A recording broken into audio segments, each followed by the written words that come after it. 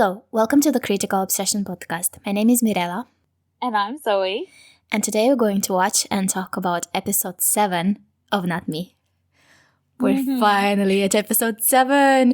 And Zoe, it's June. Yeah. And we had the I know, right? pride moment. The pride flag Yes. scene, yeah. It's such good timing. It's like we planned it, except we totally didn't because we're not that organized. It's perfect.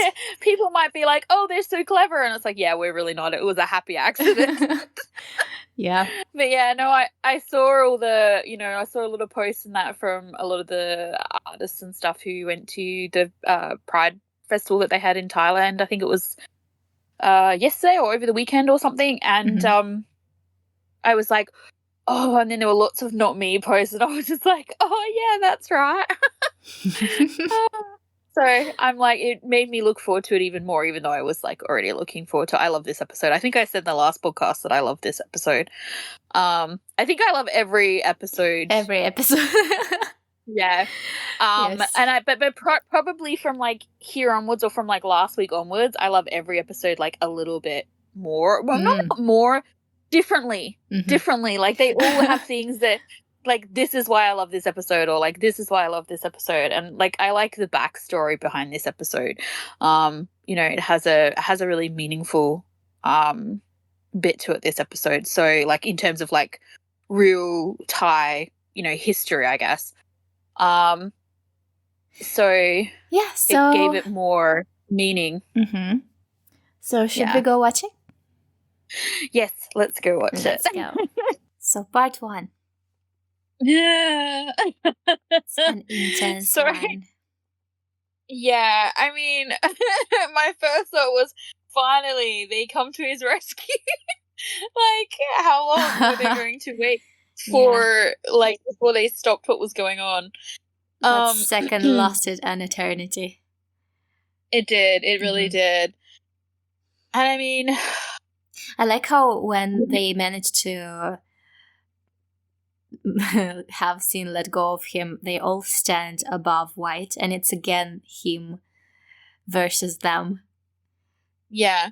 But even though he's dominated like physically like this, and he's on the ground and he looks up, and like Graham and York are confused and Sean is furious, White still is so calm. His voice is smooth. Yeah. You can tell he feels remorse because of his face, but that is more to do with what Sean has just revealed rather than anything that he chose to do in that moment.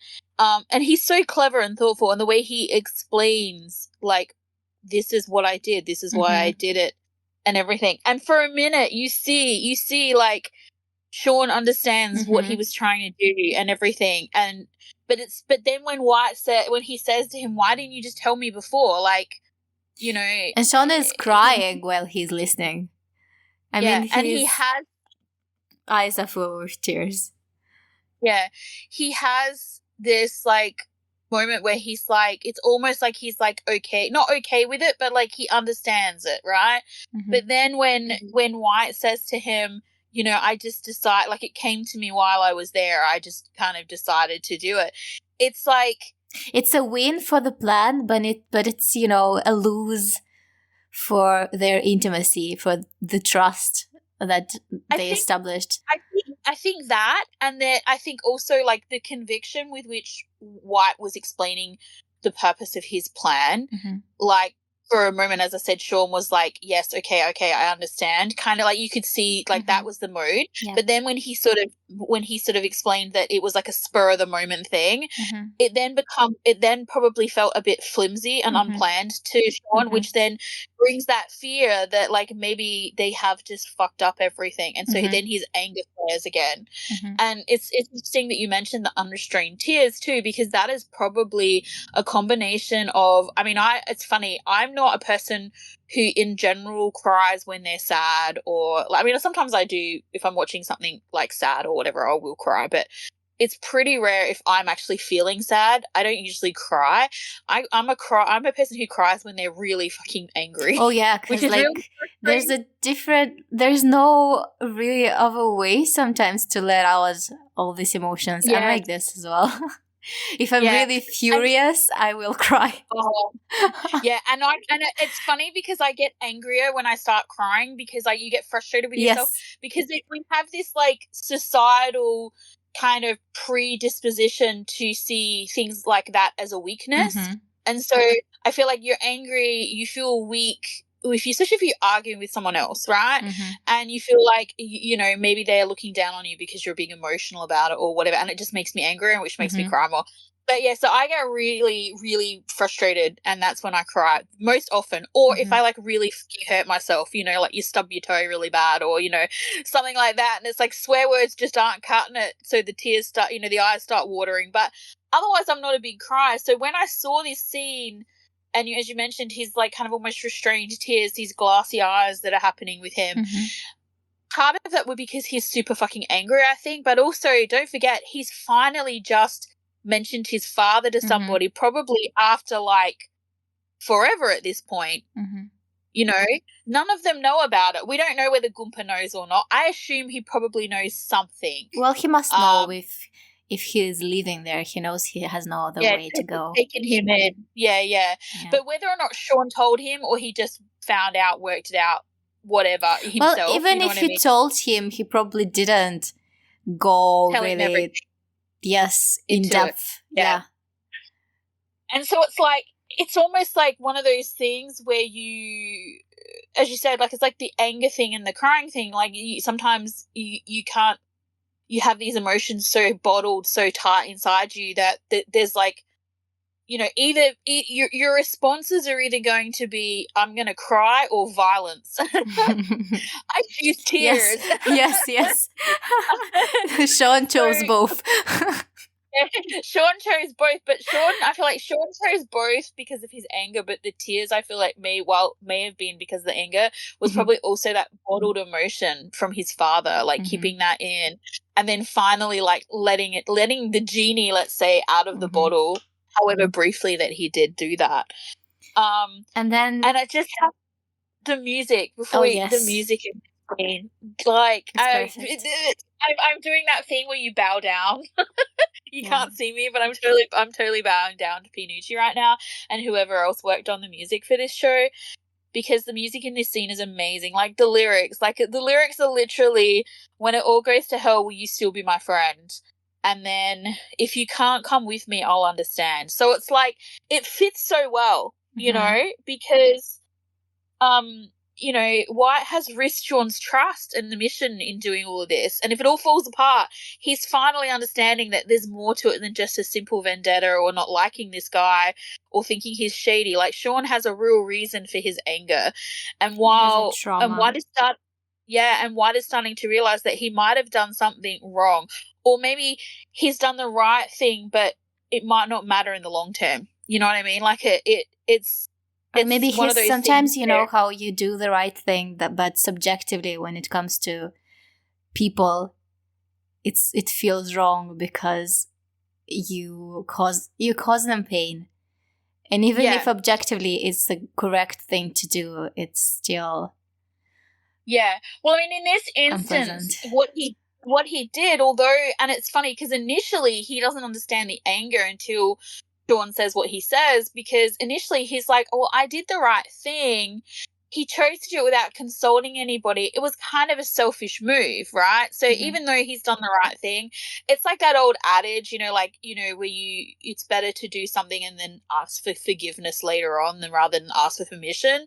So he's gone like, I don't have time to consult everybody. This is the right thing. Why should I? I'll just do it. You know what I mean? Like, that's kind of the thought process probably in that moment. Like, this is the right choice. But also, I think that, you know how the stories where one of the heroes is deeply troubled, traumatized, or they have something against the world, and they love someone, or they are loved by someone, and that person is ready to turn away from the world just for them, and maybe like set everything on fire just to make them feel better. And that these kinds of stories are appealing for this reason, like for a reason, because you know it's so romantic, but at the same time, when the hero does the right thing, you still you cannot judge them, because it's subjective. When he does the objectively right thing, like the experience in itself, is subjective.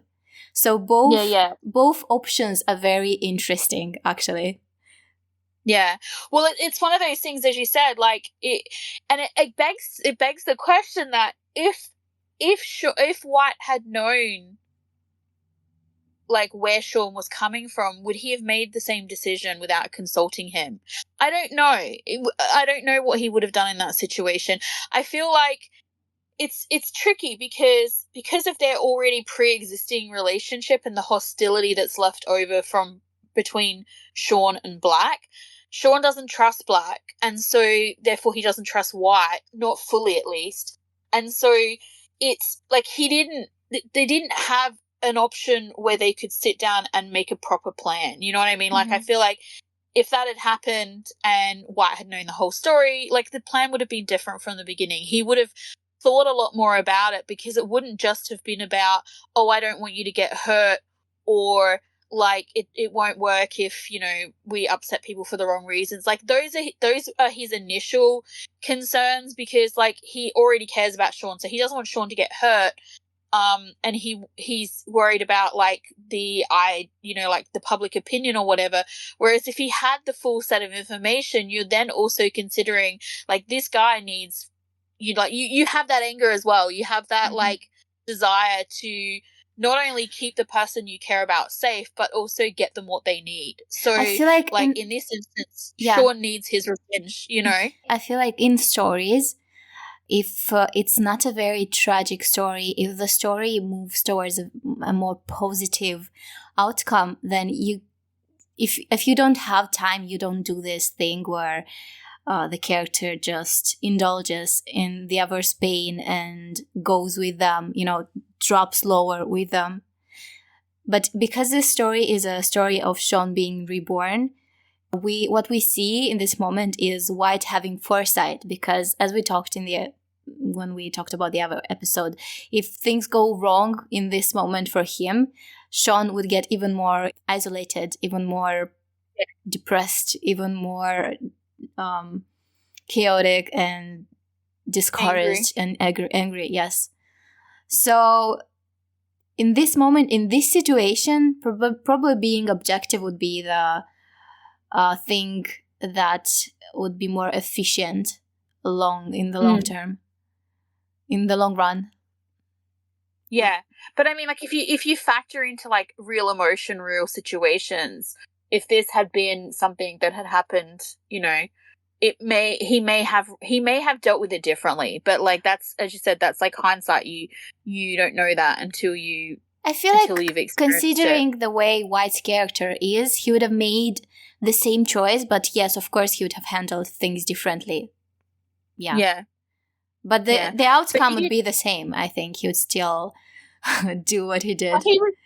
That's right. Well, because he still, I mean, ultimately he believes that this is the right course of action, and he's proven right that he did the right thing.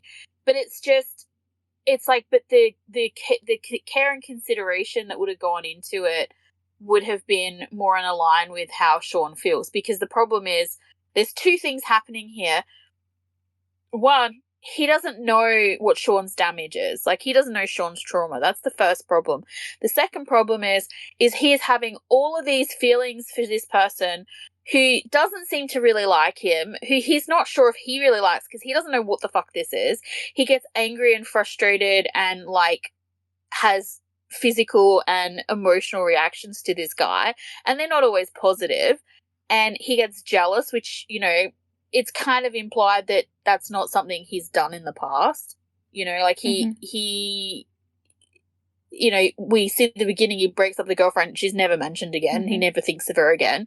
Like, he's not we don't get this like idea of him having, you know, like a tumultuous past in that way or anything like that. And so he's in this position where, you know, like he's having these thoughts and these feelings about this person, but he doesn't really want to deal with him. He doesn't really want to deal with it. You know what I mean? Because it's not comfortable. It's not safe.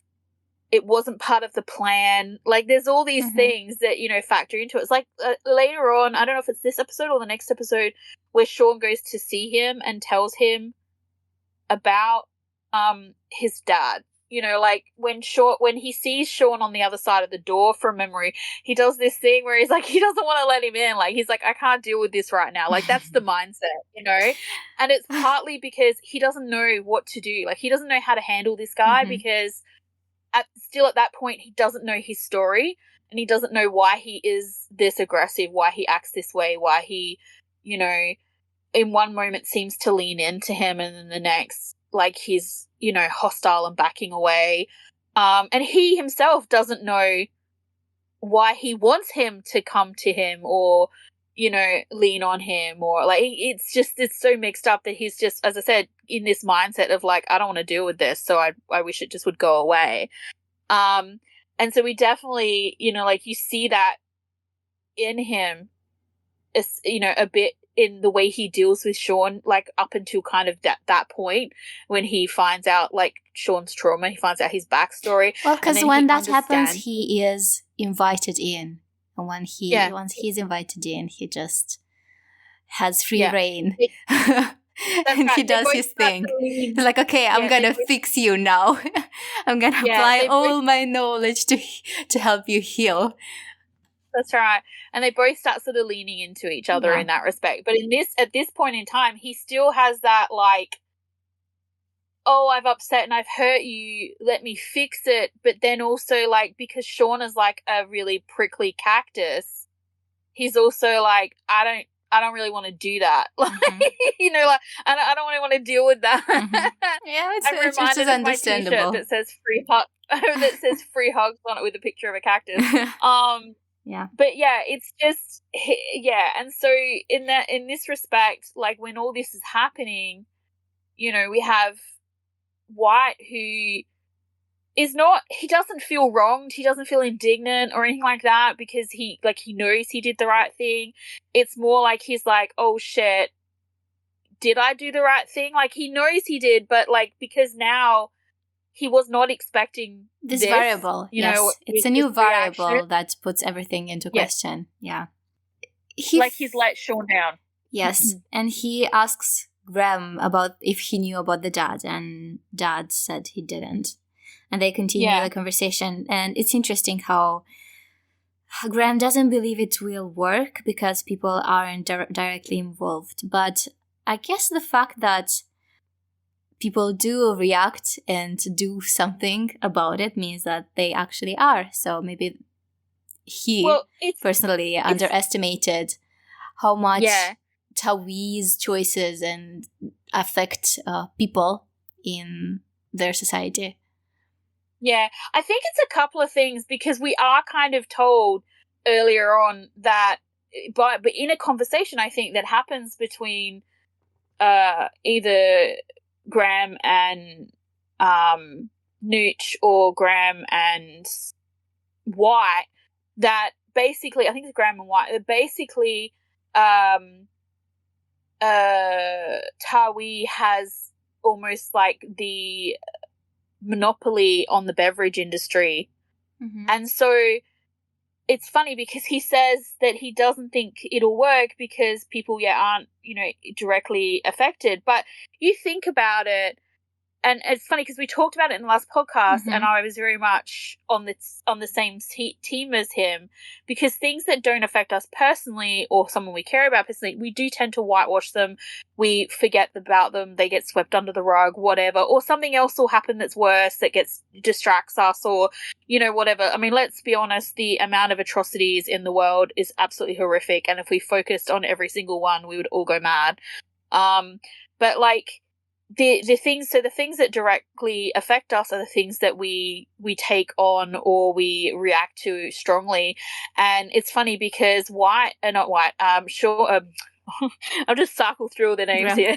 Graham underestimates the fact that if Tawi is the main beverage supplier or not supplier, but manufacturer in this area, then most people will have been affected by this personally. And you have this like mindset, this fear mindset, where basically you're like, oh, I buy this all the time. Mm-hmm. I could have gotten sick, poisoned, whatever. Like, so it becomes an I thing. It does become a personal attachment thing if you hear about it. If it's something you drink every day or like whatever. And then you also have those personalities that are maybe a little bit more anxiety driven and stuff like that, who maybe only have had that drink like once in their entire lifetime. They're like, I had that drink, I totally could have been, you know what I mean? And so you do get that side of things. That's another way that it factors in to it being a personal, like, a personally affected response. And I feel like that's part of maybe more why. It's not that much about the drink, but about him being involved politically. Because when someone has political influence, the way it functions is that people who are against or do not agree with everything that is being pushed by the political agenda or this person with lots of influence that is not ethical, then people are disappearing. People lose their jobs. People do not get promoted, are bullied at their jobs, or, it's people suffer in these kinds of political environments. So it's not only about the manufacturer. Oh, no. Yeah. But what I'm saying is like from his standpoint of saying like people aren't personally affected, what I was saying is that the general person, the general populace who maybe isn't following along with what's happening with politics, who isn't whatever, but they buy that drink every morning on their way to work or on the way to school or like whatever, and they see that, the lack of security, the lack of care in regards to like what they're putting in their mouth that's being, manufactured by this guy, the lack of care, that then they're going to take that personally because the fear is then involved in, I mean, companies have gone out of business, in countries. I mean, I know in America there were a few scares, there has been in the past where like water bottles have been like contaminated or something with something, and people have died because of some sort of drug or like whatever that was in the or maybe not America, but somewhere I read about it somewhere.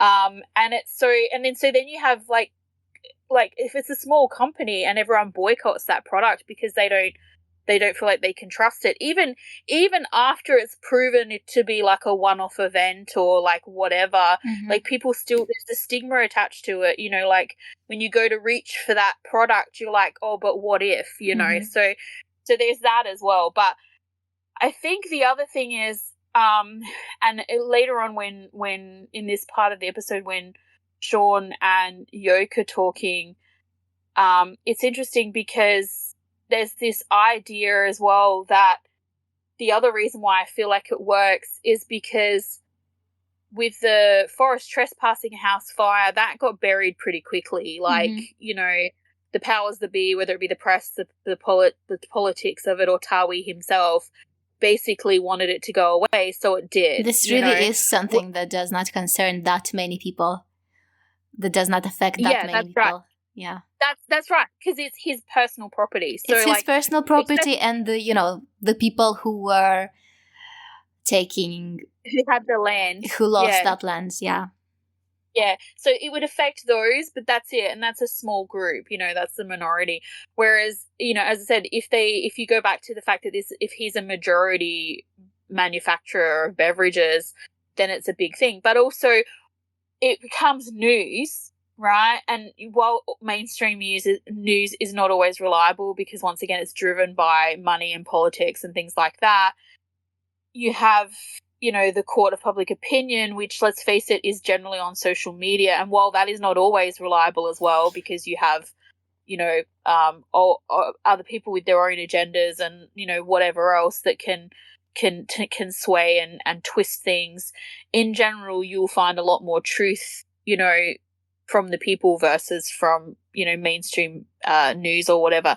And so the fact that the photos exist of the proof that they managed to get in that far into the factory without being restrained, captured, like whatever, like they weren't caught at all, proves that there is a problem there. And so then that is something that can't be swept. You know what I mean? It can't be buried. It's too hard to censor that. So but I feel like something like this wouldn't cause a protest. Yeah, but what? No, I mean, it's a collection of things. It's the political stuff. It's the abuse of power. It is the what is the word when you're not attentive enough with your job? Like carelessness, not carelessness. What is that called? No, there's a word for it when you do not apply all the safety measures. I don't remember the word. I know what you mean, but yeah, they're not being diligent enough. No, not this one. There's another one. Yeah. But anyway, yes. So there must be collection of reasons to cause people to go on the streets, which is exactly what happens here because it applies to the persona of Tawi.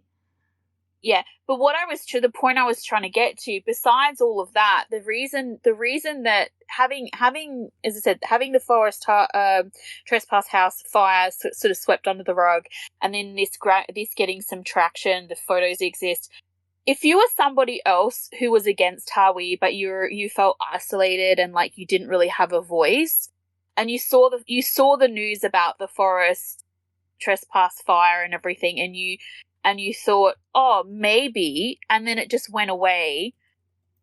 You like for a moment you're like, maybe we're not alone in this, but then there was nothing else happened, right? You would just let it go. Now this other thing has happened, and they're like, oh wait, hang on, we're not alone.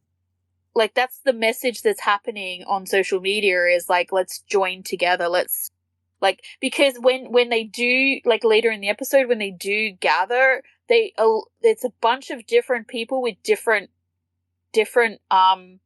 grievances with Tawi. Like it's not all the same political problem, the same, injustice or whatever. Like there are a bunch of different people there for a bunch of different reasons, which just proves that he's a massive douchebag, honestly. Yeah. But they all feel united, but they also feel like they were all brave enough because these people have taken this step out and are making, a statement. They're making a stand, and so it gives the other people, I guess, what's the word? Courage to do the same. So then we see Sean and Yok, and Yok is concerned. He doesn't want to let Sean go back to stay with Black because he's afraid he's going to strangle Black to death. And he wants to talk to Sean about his dad, but Sean refuses. Yeah, so, and then we get there, oh, what about a drink? And they're like, yeah, sure. Of course. Do you know what? Do you know what's really funny? There's a couple of funny things in this besides that. Mm-hmm. Well, not so much funny, this bit, but like this once again proves that, Sean has not shared this with the general team, like his backstory. Graham didn't know. Now we find out that Yoke really doesn't know. But the thing that made me kind of like not laugh, but like amused me about this bit is when when Yoke is saying, about like he thinks he should stay because he doesn't want him to be running back and like, strangling him to death some more. And Sean is just like, incredulous in his like, I wouldn't do anything to him. Like he's like, I never touched him. Like, like he's just like, who, me? Who me? Like I would never like kind of tone to his voice. Like it's hilarious because if he had gone back and seen White, who knows what he would have done. But like he's like sorry, like I would never. Another moment that I found hilarious was then when he asked to be cheered up, and York is like, Oh, looks at him dead in the eyes, like, your plan sucked. And here, I concluded that York is a true friend. Only a true friend would tell you, will call you out on your bullshit like this directly. Yeah.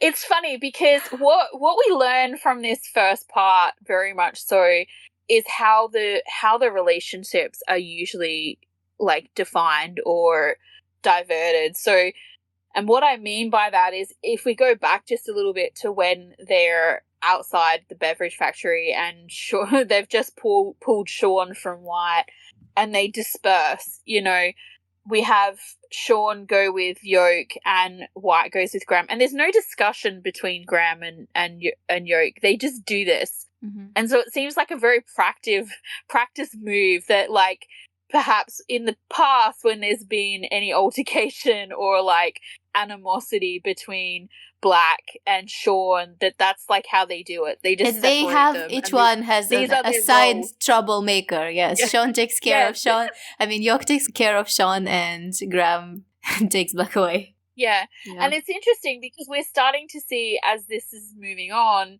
you know, Graham is telling the audience that, you know, Black, using air quotations here, is different. Like he says to him, you know, the way you think has changed and blah, blah, blah, blah.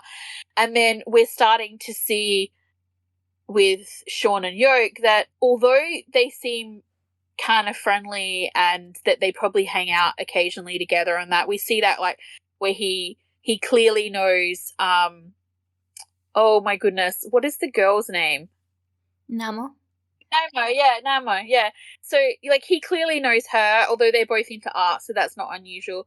But, like, so we've seen him, like, gravitate towards Sean before. But Sean usually seems to be somewhat closed off, even though he's, like, whatever. He clearly hasn't opened up or anything and shared anything real with like, any of the guys. But they do seem to temper each other. But what we're starting to see is, you know, Yoke and Sean they're both sort of slowly starting to open up a little bit more to each other. But yeah, I agree. I like their relationship, and I really liked this scene as well where he was just like, yeah, it's really, really crap. and the way he sort of says,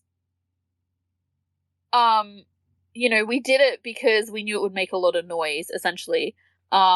But not because they thought it was a good idea. Yeah.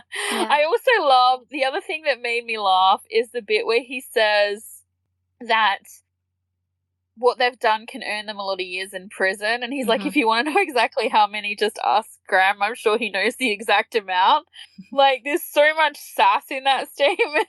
And it also shows as well that Yoke is fully aware of the fact that Graham is, like, rooted in that black and white of the law, and like that's his like crusade, you know what I mean? Like he's almost mocking him a little bit. But it's funny because he uses that statement to not only mock Graham but also mock Sean at the same time.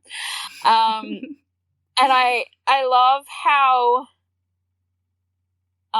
we get to see Sean start to be vulnerable with people besides starts opening up for real.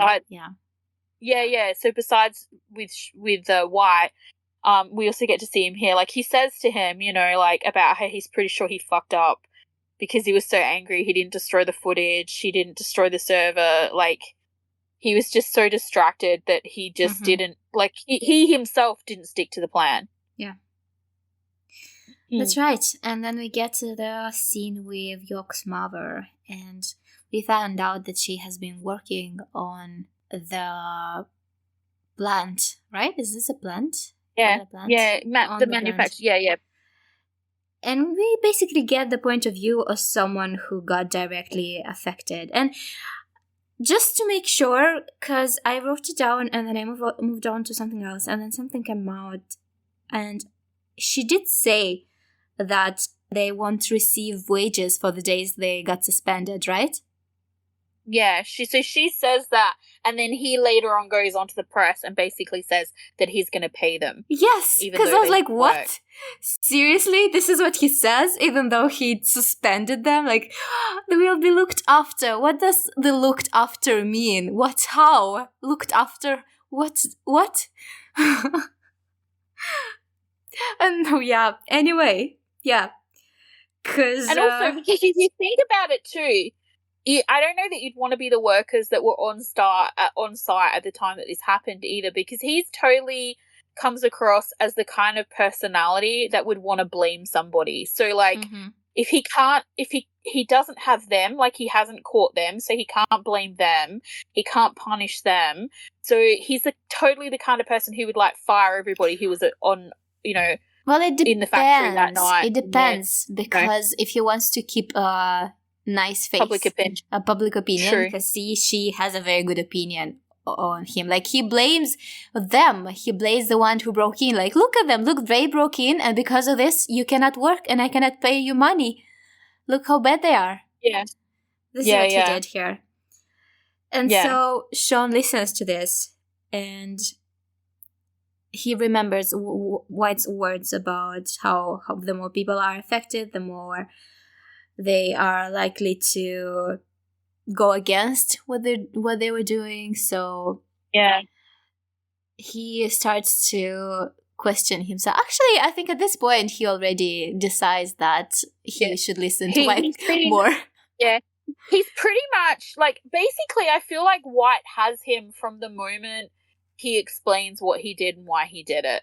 And because, as I said before, like, he kind of has him. It's then when he sort of makes it sound like a blasé spur of the moment thing, which it was, but that doesn't mean it was wrong. But like, that's the thing that fired him up again. And then you can see that he's been thinking about it, because as I said before, when he mentioned, about how he fucked up because he was angry and that he like didn't take care of, everything because of that. Like, so slowly he's listening to, what Yoke was saying, he's listening to what everything, and it's making more and more sense. Then when he sees Yoke's mom, yes, he questioned if he's a good guy, because Yoke's mom says here a very interesting line: good guys don't damage other people's property or cause trouble. This is a very interesting line, and it's it's loaded.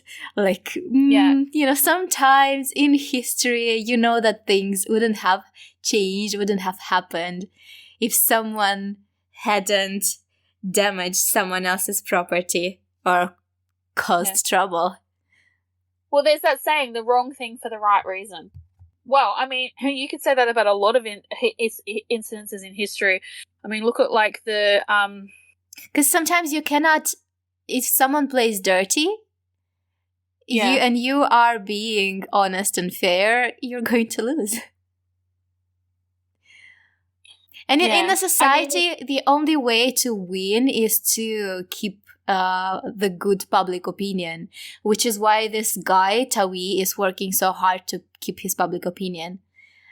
In this day and age, the public opinion is very important. But even with public opinion, people play dirty, because there's a lot of lying, there's a lot of misinformation. So it's a very complicated subject. Well, it is, because it goes back to a bit like what you were saying before, like people doing things, like maybe a bad thing to make things right.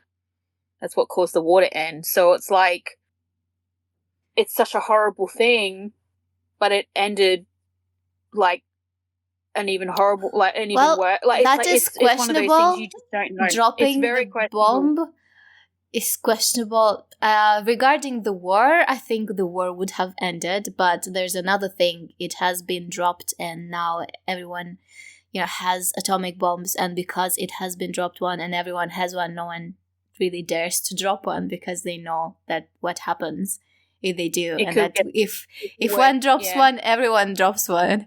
Or not one, multiple, then everyone is done.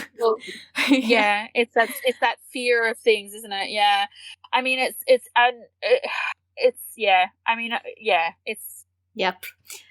some things don't bear even thinking of, but it does make her sentence, as you said, very interesting, because the world isn't as black and white as that. Yes, exactly. Mm-hmm. Yeah. And it's funny because, not funny, like, ha ha ha. Mm-hmm. I don't know why I'm laughing.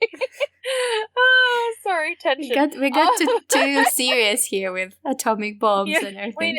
Too heavy.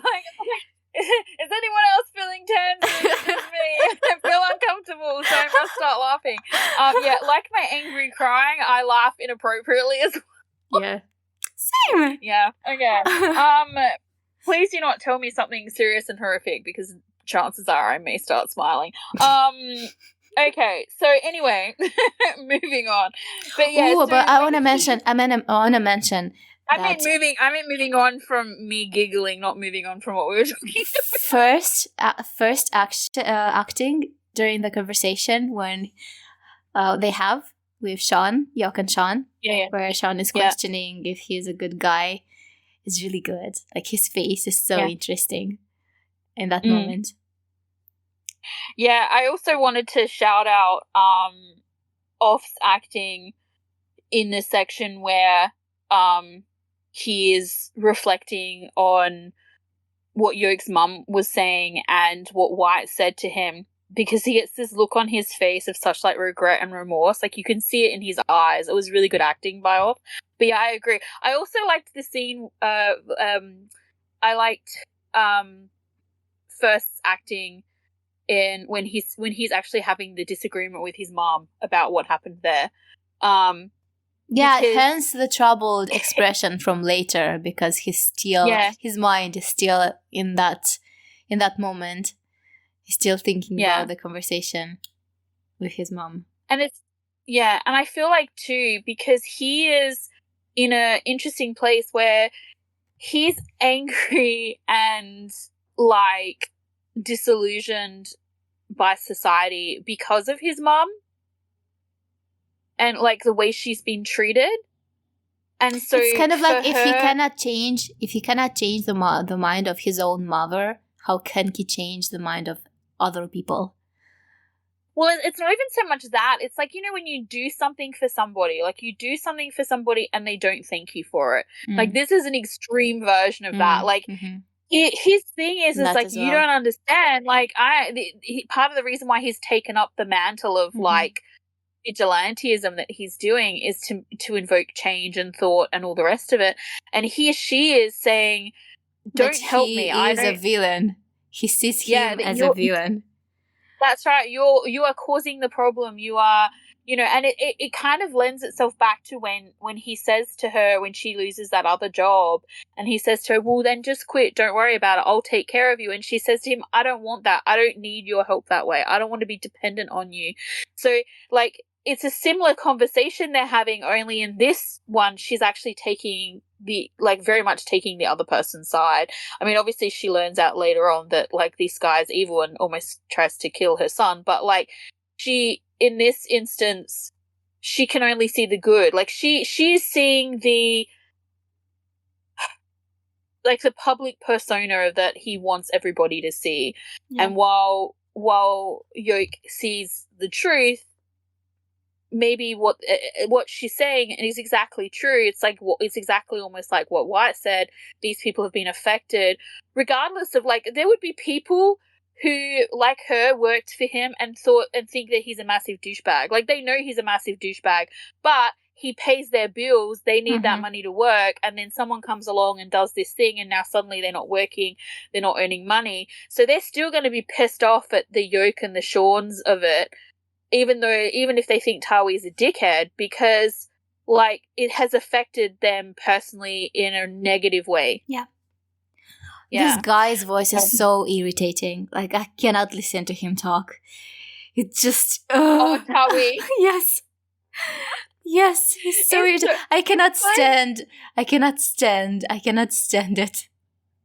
He's so false. I feel so uncomfortable listening to him. I still can't believe he's like Tessa's father and vice versa is still blowing my mind. Yeah. And when he says, oh, they're like, I'm treating them as a part of my family, I'm like, wow, how can one believe in such bullshit? Like, that's too much. Too much. I know, right? I'm like, how does he keep his mouth so clean with all that bullshit sliding out of it? Yes. Well, we talked about this, and this is the scene where Graham and White are scrolling through the news. They're watching Chawi's interview, and Graham freaks out. I thought it was funny how he freaks out when he sees the picture of them, and White just looks at him as like, it's fine, Graham. They cannot see our faces, Graham. And he looks at him as like so done. But he has this face of someone who already knows this person very well and got used to their, irritating parts, the triggers. Yeah. But at the same time, they cannot let it go. They have to say something or like at least throw them a look or something. I thought it was funny. Like, he already knows Graham pretty well. And then we find out... like, I don't have time for you. Mm-hmm. Then we find out that now they are ROL, Rule of Law, because this is the name of the account from which White sent the information to the internet news, or rather an account who spreads news that the media doesn't want to pick up. Mm-hmm. I really like the moment when they find out that there's going to be a gathering, and White just stands up and starts to go, and Graham's like, where are you going? There's no point. And White says something like, have faith in what we're doing. And it's when he says that, it's like he's shaming him. Like, how dare you even like have a doubt? How dare you not to go? Like, why are you doing this if not... Yeah, I feel like, once again, this is a moment where we start to see the differences in, like, maybe not the commitment to the cause, but, like, I don't know, how serious and how motivated they all are. Yeah, so, Graham, like, for Graham, that's kind of superficial. Like, he's not really... It is. I feel like, not have roots, But I feel like in this moment, White picks up Black's... role in their group, because usually Black was the one who was the leader, right? And what was it that Sean said, that he set up the fire in their hearts?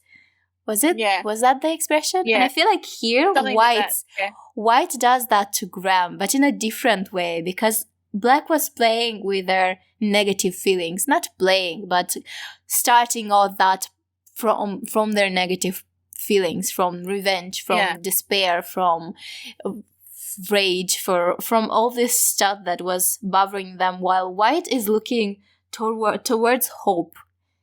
He has a different way of handling this. It's a different kind of fire.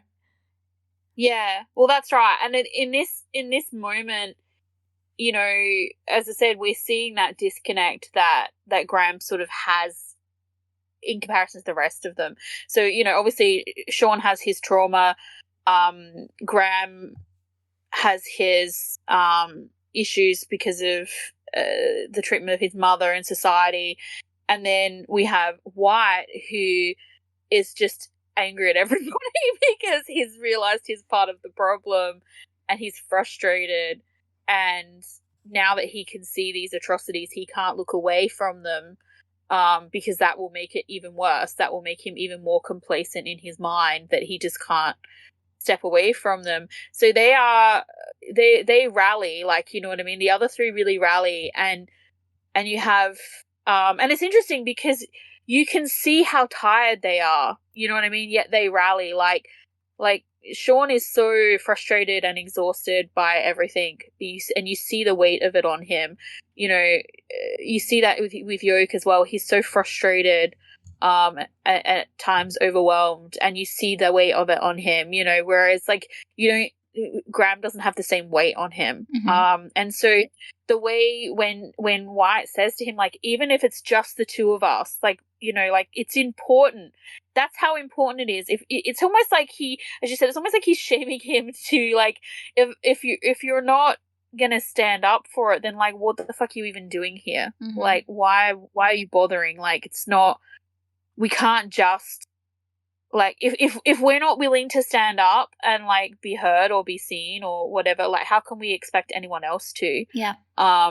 Like we have to back what we're doing, otherwise what's the point? Yeah. And whereas Graham is very defeatist, he's very black and white in things. He's black. And he just yeah. In this And situation. Yeah. And he's just like, he doesn't have that passion to spur him on, to inspire him. And he starts to see that, as you said, that starts to get evoked inside him when he sees like this change that's happening in the society, and that is spurred by them. So I feel like, but even then, I don't know that I still don't feel like he has the same passion in him and the same weight behind him.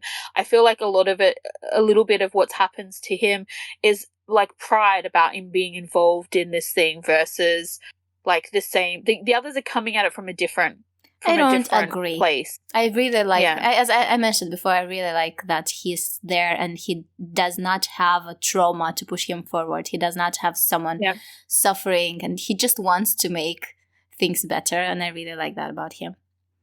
Yeah, and it does, to a certain extent, it makes him very naive and it makes him very innocent, but that's not necessarily a bad thing. Sometimes you need that person in the group as well, because like you need he's not a voice of reason because he's too like and this is not, I don't want people to get me wrong, I'm not saying he's not passionate, because he's definitely passionate. All you have to do is listen to him talk, you know, to Newt and argue with, you know, White and everything about stuff. He's definitely passionate. It's more like he is it's very academic for him. It's not a personal thing for him.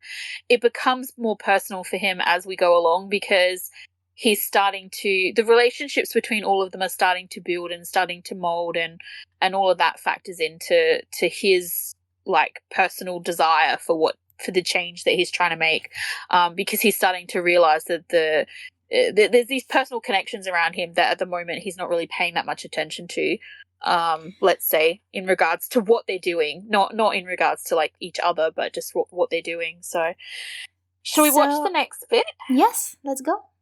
Part 2, yes. So we arrived at the protest. Mm-hmm.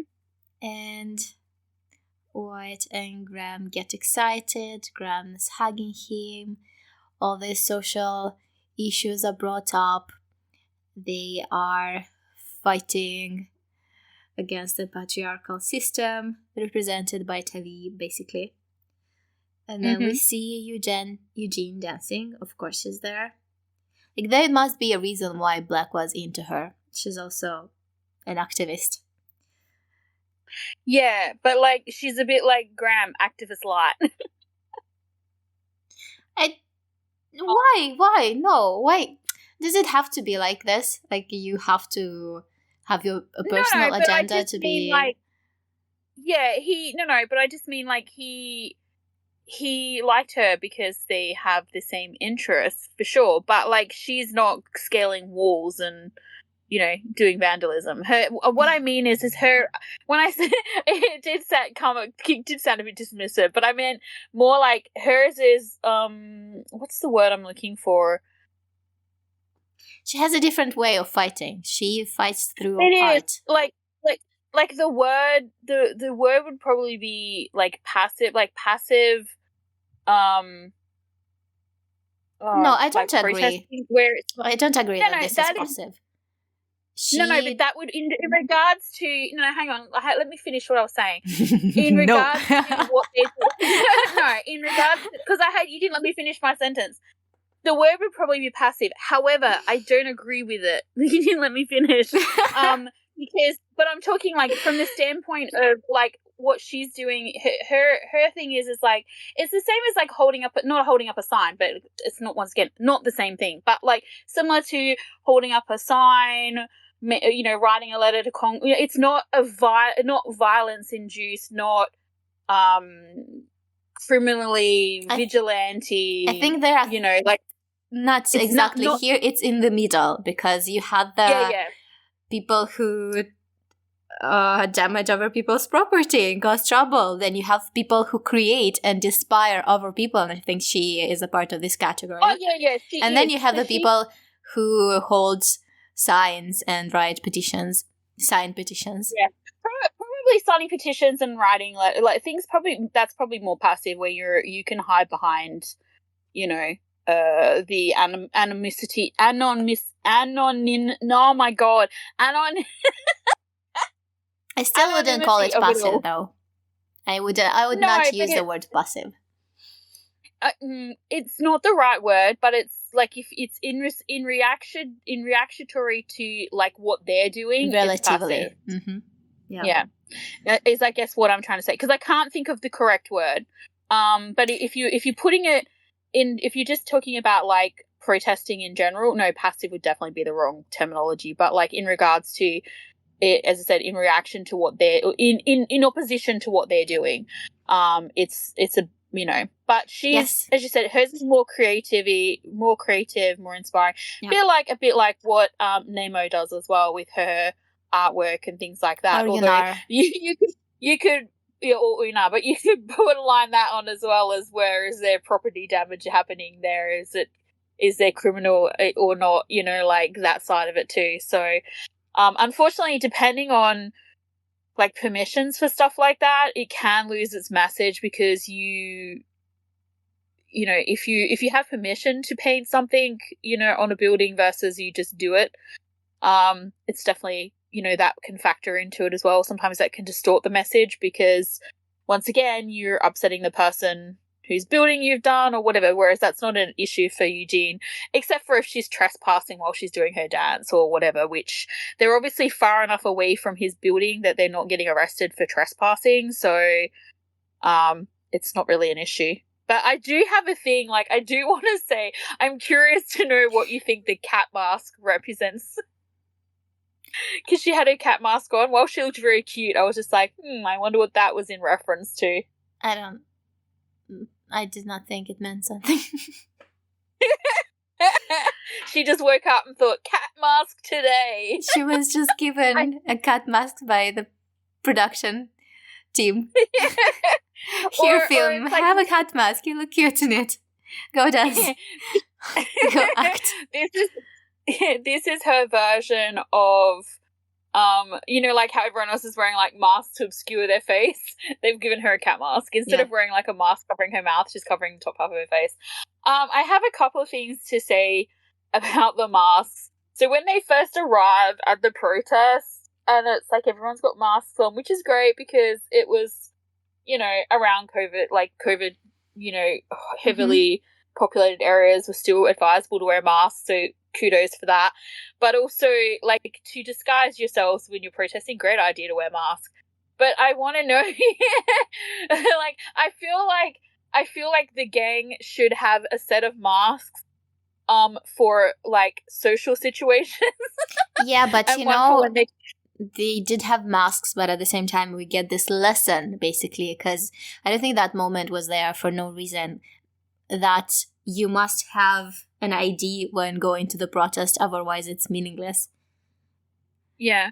Because they would have this moment where White is like, oh, I forgot my ID, and Graham says, you have to have your ID. And I think this is a mini, you know, lesson or not lesson, but an instruction on how to go to protest, to be efficient. There's a lot of that. I have some notes for that in a minute. But what I was saying is I think that the gang should have a set of masks for their, you know, public protestations and their like social situations versus when they're committing crimes. Because there can be people who copy. They can be people who copy their masks because it's symbolizes something. Now they're cosplaying as the criminals. But yeah, I feel like Pinucci rather did. What did I just say? Pinucci did a really good job of this episode, because in this protest section, she used it as a way to promote the petition for same-sex marriage and for another bunch of other causes that were happening at the time. And it was really good. I remember that some QR codes were real, and if you scan them, they led you to a real petition. Yeah, that's right. And so she utilized this episode and the message to be able to do that, which was really cool because people could not vote, but like sign the petition from home while watching the episode, which was a really cool thing to do. And because there is always somebody out there who's like, oh, I wonder if this link works, or I wonder if, you know, that number is real, or like whatever. And so it was cool that she did that.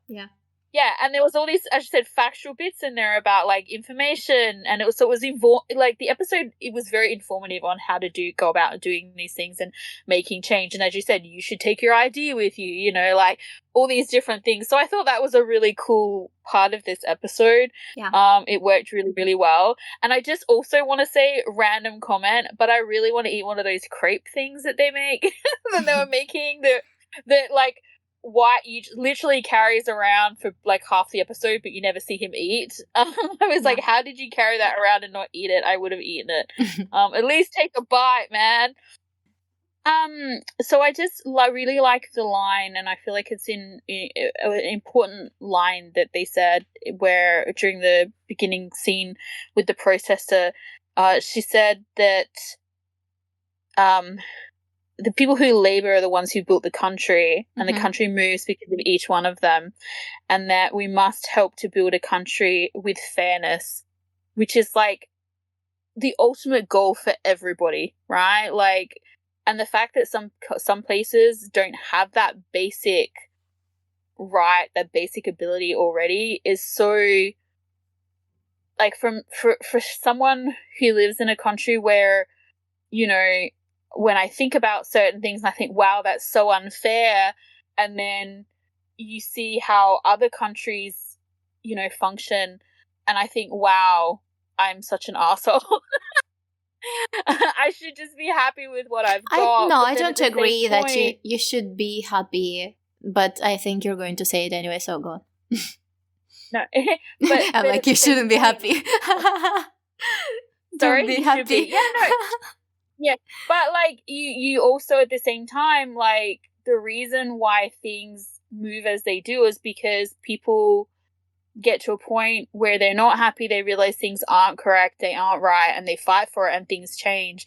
And while they don't always change across the board, as we can see, like not everybody, not every country is even equal, whatever, things are happening much slower in a lot of places than others. But you can start to see that they are happening. Things are changing. You know, a good one is like same-sex marriage, for example. It's a very slowly starting to happen in more countries. And it's like, but then at the same time, that doesn't mean that like in a country where you have that, you can go, okay, well, we're done now. Like, because there's probably something else that isn't right. You know what I mean? Like there's another law or another rule that someone has forgotten about. Sometimes that, in a country where you get there, suddenly there's a movement to regress. Exactly. That's the other thing. Yeah, that's right. There are other places, where that is happening as well, which is just like, what the hell? What, you want to go back 100 years?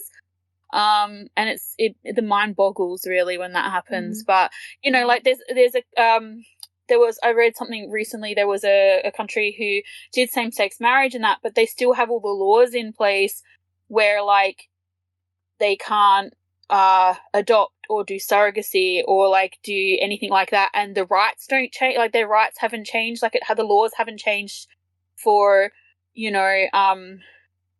shared property and stuff like that, which is what happens when you marry. When you marry together, you bring everything together, your entitlements and all the rest of it. That hasn't changed yet. And that's basically the point of marriage, isn't it?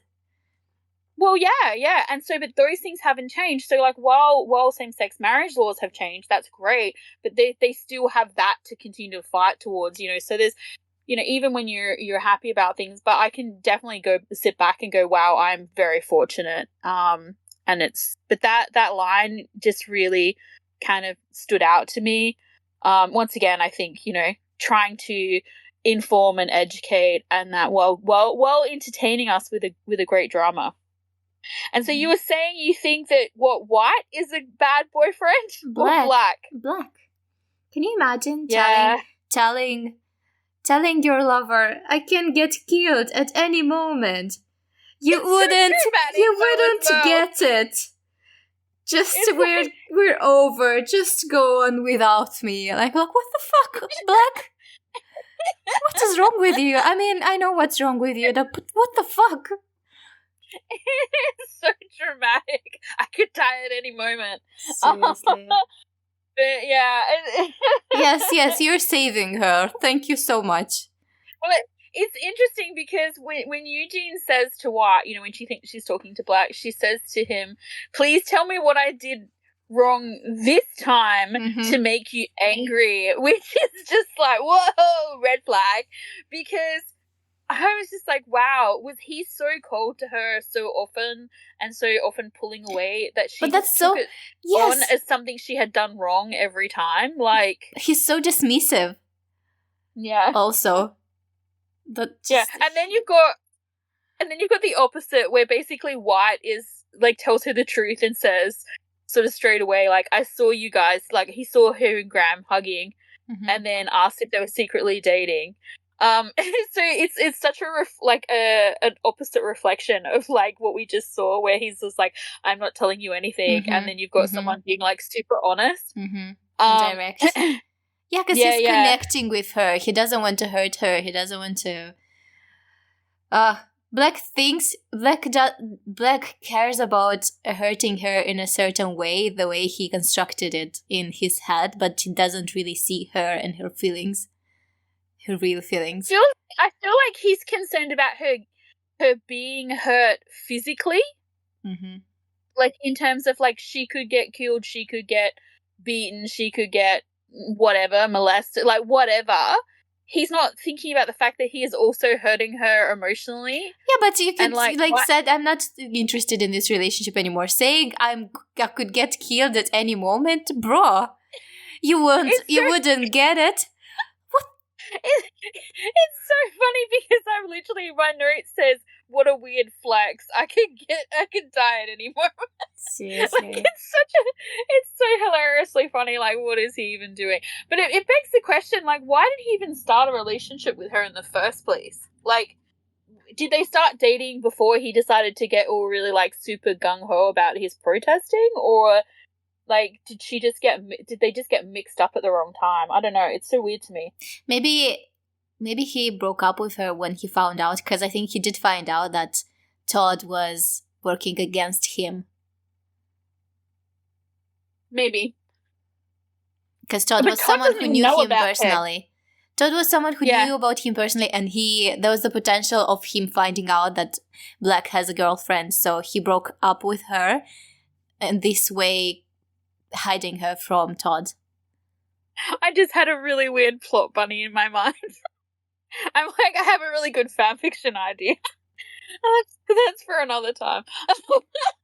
Oh, what is also interesting is how she said, I kissed Graham, but then in the flashback we see right? It was him who kissed her. So she didn't want to anger him. She didn't want to mess with their relationship. He didn't want Black to have something against Graham, because it would look very bad. Well, I mean, I was going to say, if we're going to say that Black is a bad boyfriend, we have to say that Graham is a really shit friend. Well, yeah. because who does that, right? Like, I mean, first off, it's just bad friendship, but also it's like, what is he doing right now? I mean, they did make his face really red to make it look like he was pretty drunk. And he did that while drunk, but it's still... Yeah. There was a lot more bottles in front of her than there were in front of him. But yeah, the whole thing was very icky, so I get, all of it. And then, of course, we have White's response to all of that, because it's a lot of information. It's not what he was thinking was going on. So, like, although he didn't really know what could potentially be the problem, he also... like kind of had an idea of, like or a preconceived idea that like maybe there had been something happening there, and then maybe that was the cause of the drama or like whatever. But he wasn't really. It's like when when you suspect something, but then like you find out what it is, and you're like, okay, well that's not it. So he doesn't really know what to do with the information that she tells him, and it's so funny to me because he definitely has a facial expression. Like he's definitely responding to what's being told to him, but it's not like she says to him like, don't frown or don't get angry or whatever, and like he's literally not done anything like that. Like his reaction is not at all like what she's suggesting. Maybe which she's I thought was afraid really of that. funny.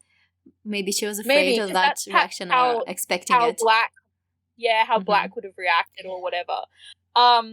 And it's interesting because his and also she keeps saying that don't just listen to the story until the end. Don't do that. Don't be rush. So this tells me that Black is really impulsive, reactatory to things. And he reacts aggressively to things also. Meanwhile, White just like stood there basically and said nothing. He was like, "Oh, babe, I'm so sorry." That must feel so bad. I feel bad for you. And then like his silence to her, where she's saying, like, just tell me what's going on. Basically, she's basically begging him to tell her, to give her closure. Well, not even just closure, but also like that that he wants them to be together, and like, or if not, then tell her, and all the rest of it. And his silence once again is such a different side to like say what Black's response, as we just said, it would either have been anger, or he would have just been like, we're done sort of thing straight away. And then you've got White, which his silence is an admission of that anyway, like that they shouldn't get back together because he won't give her she's like begging for the response. And the fact that he's just like, it almost seems cruel. You know what I mean? Like he makes her cry. Kind of Black-like though. Because he refused to give out any information to share with her. That's right. And it's like a dismissal. Dismissal? Yeah. Yeah, I think that's what I'm trying to say. Like he's just basically like, she's not important enough to respond to. So on one hand it seems really, really cruel, but like we get from his internalized voiceover that it's basically he doesn't know what else to do, because this is not he can't keep pretending to be Black because one, he doesn't want to, but also like she's just gonna get hurt if he does that. And also like, Black broke up with her, so like for him to, he's already altered the landscape of their relationship by pretending to have interest in her after that fact because he was trying to get information from her.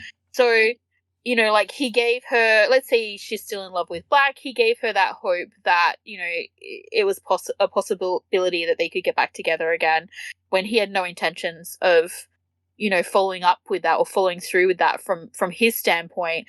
But also, it's not his decision to make, whether or not, if Black wakes up that he's suddenly got his girlfriend back, or, that he doesn't have the right to forgive her either for like kissing Graham or whatever, or letting Graham kiss her, or however you want to word it, or taking ownership of that kiss even though it wasn't really her responsibility. He can't forgive her for that because it's not his right, you know what I mean? Like, it's not his decision to make that choice. And so this is really all he can do because there's no other option. Like, he's almost like he's leaving it now to later on if and when Black wakes up, it's up to him to how he addresses everything that's happened. Leaving it up in the air. Yeah. However, he has made it more difficult. Like if Black woke up and decided that he wanted his girlfriend back, there's now this extra history now because, like from her standpoint, he broke up with her, then he kind of led her on a little bit to make her think that they had a chance of getting back together again. Yeah, that was cruel. Yeah. It was cruel from her point of view. yeah, from her point of view, of course. And then this thing happened here where she clearly blames herself for it, even though, as you said, she's probably trying to protect their friendship a little bit and whatever else. So she's taking ownership of this moment, but like, you know, she's now left with the idea that he can't forgive it, that she has done something wrong that's broken them or whatever. And so for him to come back later on and try and resurrect it, it would have been just a little bit more difficult than if he had just woken up and come back after like the initial breakup, because she clearly still had feelings. Well, I think when she said, did I do something wrong again? At that point, I think she knows it's not her fault. So I think she said that a bit sarcastically. So yeah. I don't know I think she'll get over it. I think she knows Black wronged her, and it's not really her fault. She's doing good. Yeah, I feel like this is one of those things. This, in actual fact, gives her closure that she needs, because the only way for her to interpret this is that it's not going to happen. Mm-hmm. Like, it's over, basically. And so that's kind of her mindset after she leaves from here. But it's it's interesting because, you know, Black clearly has no intention in the future of trying to get back together with her anyway, but like, if he had, what I was saying was it would have just made it a little bit more difficult, because White was in there messing around. But yeah, I feel like a lot of well, you know, I'd like that he at least owns up, and although he clearly wants to get back together, he clearly still has feelings for her. He doesn't, because he owns up for this thing that he did. Yeah, I think he realizes his decision is, like, while it may have been the wrong one at the time, it's like that was his choice. Mm-hmm. And I think as well, what was done cannot be undone. Yeah, mm-hmm.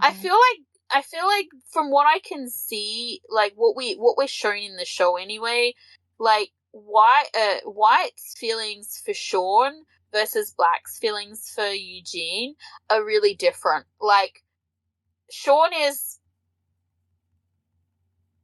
I don't know, Sean is like a catalyst, kind of, that awakens White and vice versa. Like, they do this for each other, and they've invoked growth in each other. Their feelings are on a different level.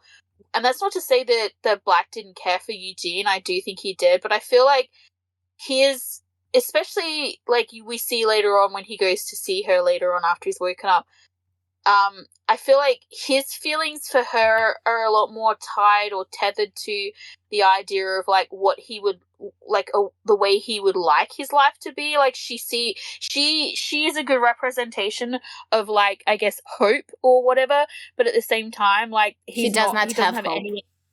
He doesn't have any intention of living the kind of life that he thinks she deserves.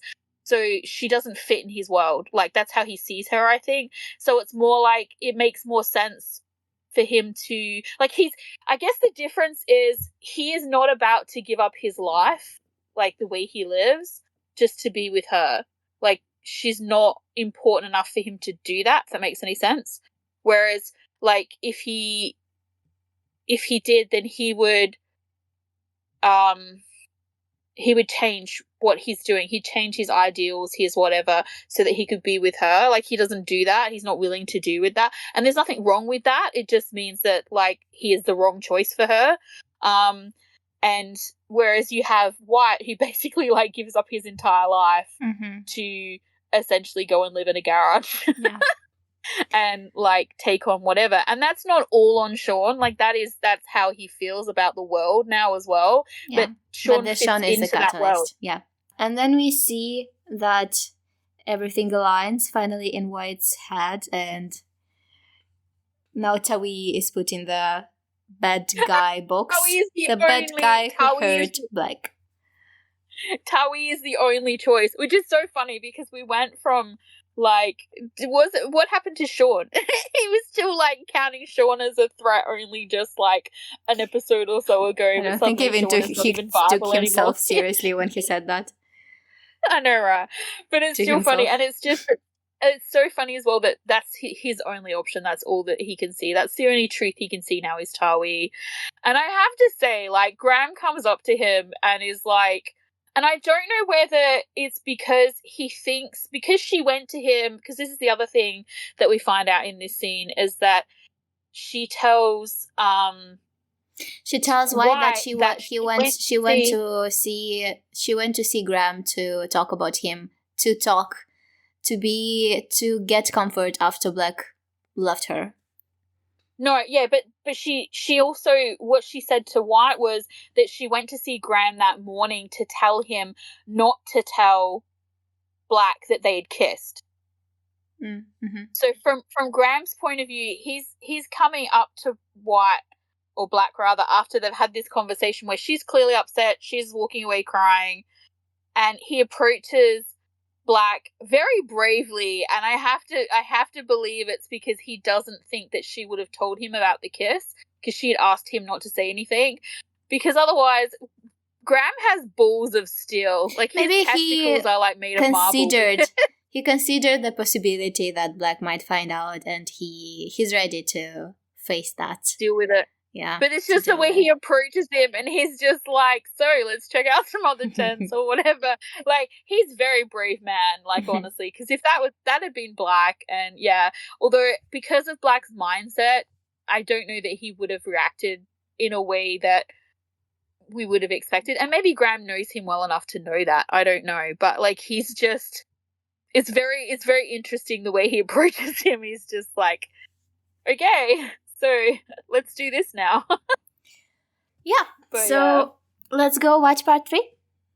Let's do it. Part 3. Yeah. So this part starts off with the bit that we were talking about previously, where Pinucci used this protest to help support the same-sex marriage petition, which was taking place in Thailand at the time. And once again, we got that thing like you were talking about before, with the whole, like, informative stuff, like, you can do it on paper, you can do it online. Nooch says that, like, of course you would go there if you wanted support, because a great way to get support for any cause is you go where the people are. Like, where there's a large group of people, you're going to get, more support because you have access to them. So you get, like, a little bit of and also there's this moment when she speaks about, you might think this is not necessary for the marriage equality, but maybe someone needs it. Think about it, blah, blah. And it's like, you're telling this to Black and Graham, and they obviously don't need this information.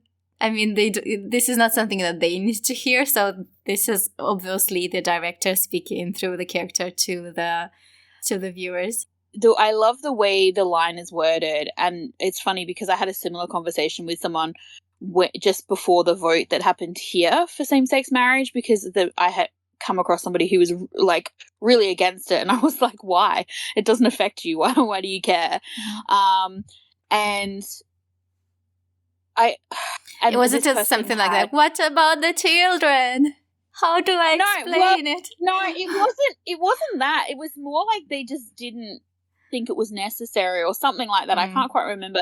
But I remember saying, because they looked after like their granddaughter a lot, and I said, what if your granddaughter decides one day that she would like to marry her girlfriend? I said, you don't know. Like, she's like 6. Who knows? Mm-hmm. And I posed it in there, you don't know someone it's the same sort of way that it's worded here, where it's like someone you love, or, you yourself, you don't know, like, nobody really knows. Like, I mean, I didn't sort of really think about my sexuality really until I was, in my mid-20s. I really did not think about it at all, because it hadn't really been a factor for me. Mm-hmm. So no, but I meant that this came out of nowhere, because as you're saying, it's not like they said, oh, why is this needed? She just started telling stuff as if she was trying to convince someone.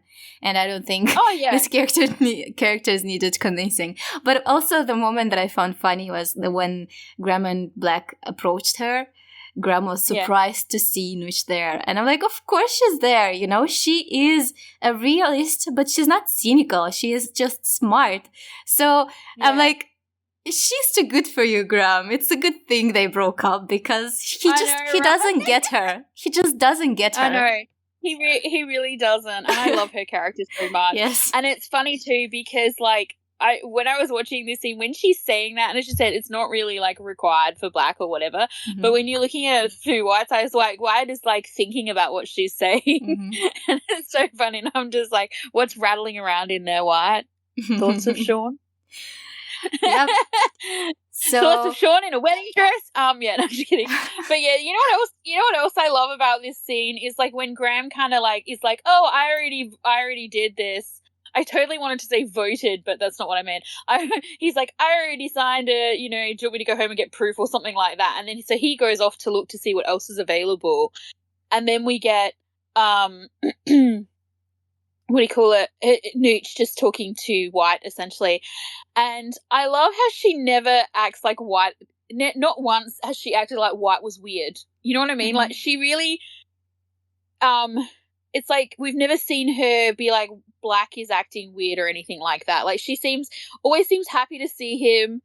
And I just love that kind of gives me this little headcanon that Black is always a bit not like White, obviously, because White is just sweet, but kind of somewhere in between what everybody keeps telling us Black is mm-hmm. and how White is, because this behavior of White being a bit softer towards her or whatever, it doesn't seem like it's a foreign thing, or she's obviously a character who is very accepting no matter what. So she's if she did notice anything weird, she's just oh, he's going through something or whatever. But I just really love how she's really kind of, they have this really nice kind of easy relationship, if that makes any sense. I feel Black would really respect her. I think so too. Yeah, she's White Black's character attitude towards her. I don't think it really has changed. I don't think their attitudes towards her are different. Exactly. No, that's what I mean. So it makes me. That's what I was kind of trying to get at. Is I feel he would be, as you said, very respectful and value what she has to say, which is basically the attitude and the connection that White has given as well. So I just think that's really kind of sweet, and it also does show you a bit more into the good side of Black's personality as well. He's not all just rah and anger and death. Yeah. So then we get the marriage equality fashion show, and I'm sorry. That's all right. I'm just you should see my notes for this scene. Well, I'm hoping to hear them. Yeah. Well, you will. White is there. Totally. White is having fun. White is a part of this thing. He is feeling things. And Sean finally arrives after his gigantic nap. And then I love the way you put that, after his gigantic nap. And what a nap it must have been, because he woke up a different man. Yeah. Well, we see White enjoying the metamorphosis has ended, has completed. Oh, seriously, he is fast having his chrysalis into a butterfly, for real. Because so we see, as you said, we see White enjoying the marriage equality fashion show, and then we see Sean pull up on his motorbike, and I do not know what it is. Maybe it was a really good nap. I didn't think of that. Thanks for pointing that out to me. He's very well rested. But yeah, I don't know what it is. I don't know whether it's what he's wearing or if it's because his attitude has changed. But he looks so soft here. When he first pulls up and gets off his motorbike. And I was just like, and it's maybe it's because he's starting to open. Well, yeah, because he is just different here. He is so open. There are no more walls. There are no walls. Yes, it's and you can see it on his face. Yes, he was so angry and everything. And it's with all the stuff that happened the night before, and then the stuff with Yoke's mom and how it's starting to hit him and how he's opening and his heart is opening and he's starting to think more about what White has done, what this thing that he's created, and it's softened him. Mm-hmm. And I don't know, like he trusts White so much here. He just trusts him, and you can see it on his face that like he is ready to accept anything at this point. Yes, I know, right? And seriously, when he sees White smiling and being happy, and then their eyes meet, oh my god, like the intensity, it's so fucking intense. It's like I'm just like, I remember the first time I was watching this, I was like, I pulled the neck of my top like over my face, you know. But like hiding how big my like stupid grin was, even though I didn't really need to do that because my mom was sitting there next to me with like a very identical looking facial expression. It's such a beautiful moment, yes. And I love the music. I'm obsessed with this piece of instrumental music, and it drives me insane, the fact that I cannot find it on the internet. It drives me insane, Zoe. Does anyone know where I can find it? Because it's impossible. It's impossible. It doesn't exist. Is it in my head? No, I don't think I'm good enough to compose it. There were a bunch of Not Me playlists, music playlists that had a lot of the pieces of music. Find it. I couldn't find this one, and it appears in the best moments, like in my favorite moments. This instrumental melody is always there, and I cannot find it. I'll have to look into it later because I remember I may even have it on a playlist. I what's the word, followed, I don't know, a bunch of Not Me playlists around the time, and there was several that I followed that I don't listen as much to because a lot of it's just the instrumental stuff. Well, if you find it, please send it to me. But anyway, so the moment White is still watching him, it's like, what is going to do? He's studying him. Yeah, well, he's like unsure, right? Mm-hmm. But seriously, the way their eyes like just as I said, the intensity, and then Sean, that like bashful kind of like look that he gets when he does this like little head tilt, like, yeah, my bad, I know it was a dick, you're amazing. Like there's so much is said in that little moment, and I remember like there was some crap online after this episode where people were a little bit pissed because they reckon he didn't apologize for, you know, what happened with White and stuff like that. And it's like, I don't think it was necessary because, yeah, okay, it was like a pretty full-on moment between them and everything, but like White doesn't require his apology. You know what I mean? Like if we had him apologize, like if P. had made him apologize, it would have been for the audience and not for the character.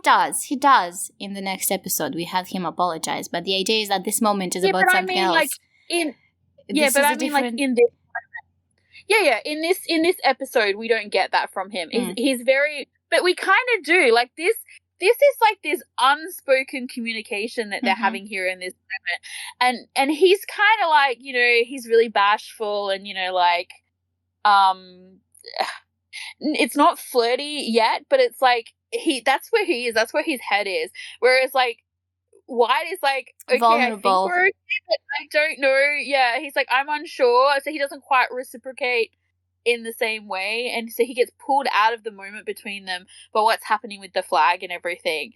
But Sean is so drawn to him, you know, like he didn't quite get the reaction or whatever, or the connection he needed in this scene. And just the way he watches White, like, it's like when he can't see him anymore and so he goes under the flag and, like, seeks him out, like, it's like...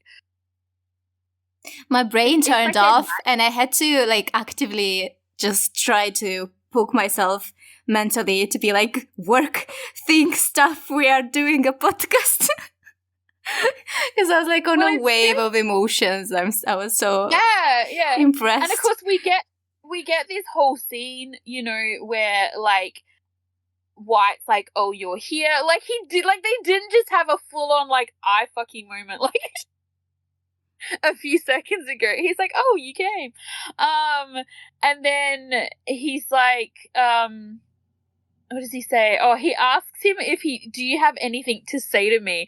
And it's so funny because it's really, really cocky and it makes it seem like he's way more self-assured than we've just seen that he is unsure. So he's not as like confident as he sounds here, but he's like, oh, don't you have something to say to me? In other words, like, where's my apology? Because like, look at what I've just created.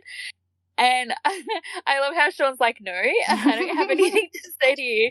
And he's like, are you sure? And he's like, yeah, no, I really don't. And then he asks him, I think again, he says, Tawi, get out, which is what they're all doing. And so suddenly they're a part of this like beautiful moment together. It's they're like walking together, they use the walking together thing a lot in this series. And this is the moment when they're literally walking together doing this thing. And it's moving mountains. Yeah. And also, like, even, like, as this is happening and, like, like, while White is, like, kind of, I guess, like, teasing and testing him and asking for, like, an apology, she says, we're using air quotations because it's more like he's teasing. It's very flirty, this stuff here that's happening here. And I don't think White even realizes he's doing it, but he's being so flirty. But he's just like so in the joy in the moment. Like he's jumping up and down, he's smiling, even while he's prompting these things from Sean.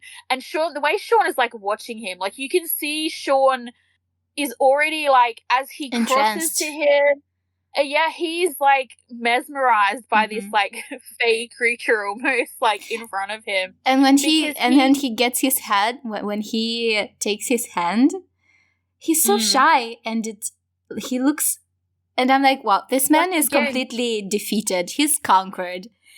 Yeah. His heart is like just white already. We get this like bashful. Yeah, we get this like kind of bashful moment, and White is just like, yay! Like he's not. It's so funny because what we're seeing here is he's like so full of joy, and he's like celebratory about like what's happening, what they've achieved.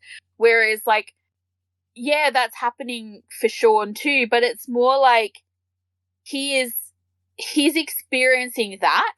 But he's also like, look at this person that helped create this. Look at this person who keeps telling me, like, I'm worth something and I matter, and, like... And it's not just words. He actually did something. Yeah, that's right. How committed he is. Like, he's here. There's no one else here, like, but him kind of thing. And it's like it's all he can see. It's all he can see is like this joy, and it's contagious. Like he can't help but like get pulled into it. And it's as you said, the bit where he like holds his hand. He does this thing once again where he kind of looks down and he's all bashful. Like he's like so shy in this moment. He's like, I'm holding his hand, and White's just like, yeah, we're like awesome. It's so funny because White has no idea. Like they're not on the same playing field in this moment.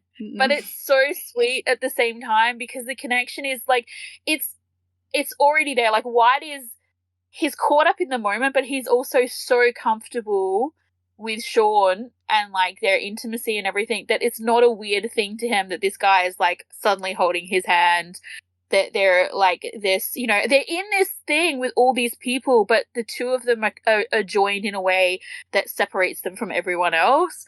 And it's like this moment is so beautiful because like obviously we have this amazing scene with the flag and everything, and we know, I think from what I remember reading and stuff, that Pinucci was saying that like there was a protest around the same time this was being filmed, or like the same day this was being filmed or something, and a friend of hers was running that, and they came to the set, like all of these people, and they bought the flag, and that's kind of how this scene was like formed. And it's such a beautiful scene. Like it's such an amazing scene. And the other thing in this bit where they hold hands, where like My Side starts playing, like the music from My Side starts playing, and I'm just like like for real, like Sean is like, he's living his best life here, and so is White, but like Sean is like, I'm living my best life while holding this boy's hand. Like it's just, this moment is amazing. But for White, it transcends the relationship with Sean in this moment, because there's something bigger happening to him. He feels like he's a part of this community. Maybe he does not realize that, but he is a part of it, and he feels really good to be there and walk with them. It's such a positive thing versus like the reality that he was being shown, you know, like this sudden reality where he realized that he was part of the problem. He's like, I'm doing something to make it better. Like, I'm trying. This is what happens when I try. Like, this is a super positive thing. So he's not seeing the Sean of it. Like, it's not in the same way, whereas Sean was and like, this is why it wouldn't work if he had apologized at that moment. Yeah. Because it wasn't about that. Because no, that's right. White was focused on something else. And then we get the moment where the gang celebrates. Mm-hmm. And we are informed that the reporters started confronting Tawi, and he does not like that, obviously. Mm-hmm. And I like how White just is so relaxed on that chair and spread out. He looks like the conqueror. And yes, he did conquer everything. Including Sean. It's funny too, because I remember as well seeing people like talk about this scene in a somewhat kind of negative way, in that a lot of people said that Sean looked angry here, or not angry, but like upset or whatever. He looked reserved, so like he's afraid to be happy, or maybe that he is still. He looks. It's funny. Maybe they are trying to lead us on to kind of play with the idea that he's envious that Black stole his plan, or that Black was a successful one here. Yeah, that's what I saw a lot of people like leading towards. Whereas I never really saw that. Like, he's obviously subdued, but the more I see it, like the more I watch it, the more I feel like he looks like more like pensive and considering. Like, yes, he's got so like much he's on calculating. His mind Yes. Right now, he's deciding his next step. And obviously, knowing what happens next, he reached a conclusion. He reached a decision. Yeah, so he's celebrating inside. Like, he cheers like with them, you know, he raises his cup and all the rest of it. But he's part of what's happening here, but he is also like looking at a way bigger picture than what they're looking at that has nothing to do with them. And he's like, as I said, he's just got so much on his mind. Like, he's gone from feeling really alone to seeing now this huge community. Mm-hmm. And he was so angry, and so like he's been clutching so tightly his secrets to him, and all these things he's been keeping bottled up, and that. And now suddenly there's this bright, shiny boy in front of him who is like, you know, brought him this community, has brought the group together, is constantly telling him he's worth something, is like trying to help him, and it doesn't make any sense to him because of the history between him and Black. I feel like right now, at this moment, it's not about White or Black, but maybe it's actually about him. You know, this feeling when you were right about something, but it brought you suffering, and then other people are like, "Oh yes, you were right," but it is not satisfying anymore. Maybe you thought it would be more satisfying, but it's not, because it's actually something negative. Because bringing someone down isn't necessarily something that can make you happy, that can bring you happiness. Yeah, and I feel like as well, like he can't ignore like the fact that there's something happening between them. So there's this. It's just, I feel like he's very considering in this scene, like, and I feel like it's very it's actually quite an expressive scene for Sean's character, even though he seems really reserved, because he's acting so differently to the rest of them. And as you said, it builds to the stuff, because it's like, we know later on when he goes to see when Sean goes to see White and everything to tell him his story, like, I feel like, as you were saying before, a huge part of that is this scene is actually leading him to that. Like, I feel like this is what's happening. He's considering, he's like, as you said, plotting his next move. And it's like, I feel like he's, in this moment, he's thinking about his feelings, and he's like still on the mission and everything, but his focus has shifted a little bit because of who White is and what he's doing and how it's honestly affecting. Think that he had that expression on his face because he was thinking about the mission. I don't think he was thinking about Black. But his expression isn't anger or anything. It's just he's just thoughtful, I feel like. He's reserved. It's like he's trying to be level-headed, especially because he knows that the reaction that is opposite to that leads him to a place where he messes up. True, but like he's not. We don't get a scene necessarily from him straight away where he's like overly like, okay, this is what's happening next. So I do think because the next big sort of thing we see from him is him approaching White. So I do think he's looking at the whole thing. Like I don't think he's just. I think that the easiest way to put it is he just has a really at this point in time when the rest of them are all in celebration mode, he has a lot on his mind. I think we can just put it as that and leave it as that. But I think that is definitely that. Yeah, so then we see the moment when they talk about ROL and rolling, and when we fall, maybe other people will pick it up and blah blah. And I love the moment how, when like, White is just like making shit up while like swirling his alcohol in his glass and just sounding really low. I love the moment when White winks at York and York finds him adorable. I don't think that ever happened before because and York used to be very confrontational with Black, and now suddenly he looks at him like he's going to just grab his cheeks and like, you know, they think he's starting to become endearing. And it's funny too because he has that kind of like, clearly they've been drinking and he has that kind of like cheeky like, nah, I don't know, I'm just making shit up, like kind of, you know, like when the person's like, are you pulling my leg, it's like, yes, that's totally what I'm doing. And it is a very cute kind of moment between them. And then of course we get the bomb dropped by Goompa, and I love how he's just like, oh, this is really good, and oh, by the way, you've now got a bounty on your head. Yeah. Like, it's gone from all jovial and like, hee hee hee, to like, oh, please by the way. Please don't die. Yeah, basically. Like, I'd hate to train another bunch of, you know, rambunctious young adults. Yeah. So, yeah. So then we get a scene at the university where York is presenting his next project. He's going to create a painting that for proletariat expressionism. This is his theme. Yeah. And he's going to paint someone nude. He's going to explore the idea of nude beauty. Yeah. And I love how it's so funny. It's so funny how the professor is like, why proletariat? And York is like, why not? Like, bro, chill. He's just asking because he wants to know why this is important to you, why you chose it. But he was like, why not? Yeah, he's like, why are you looking into the beauty of the working class? And that's what he's trying to, he's basically saying like that he wants to use nudity to prove that the working class are just as beautiful as like everyone else.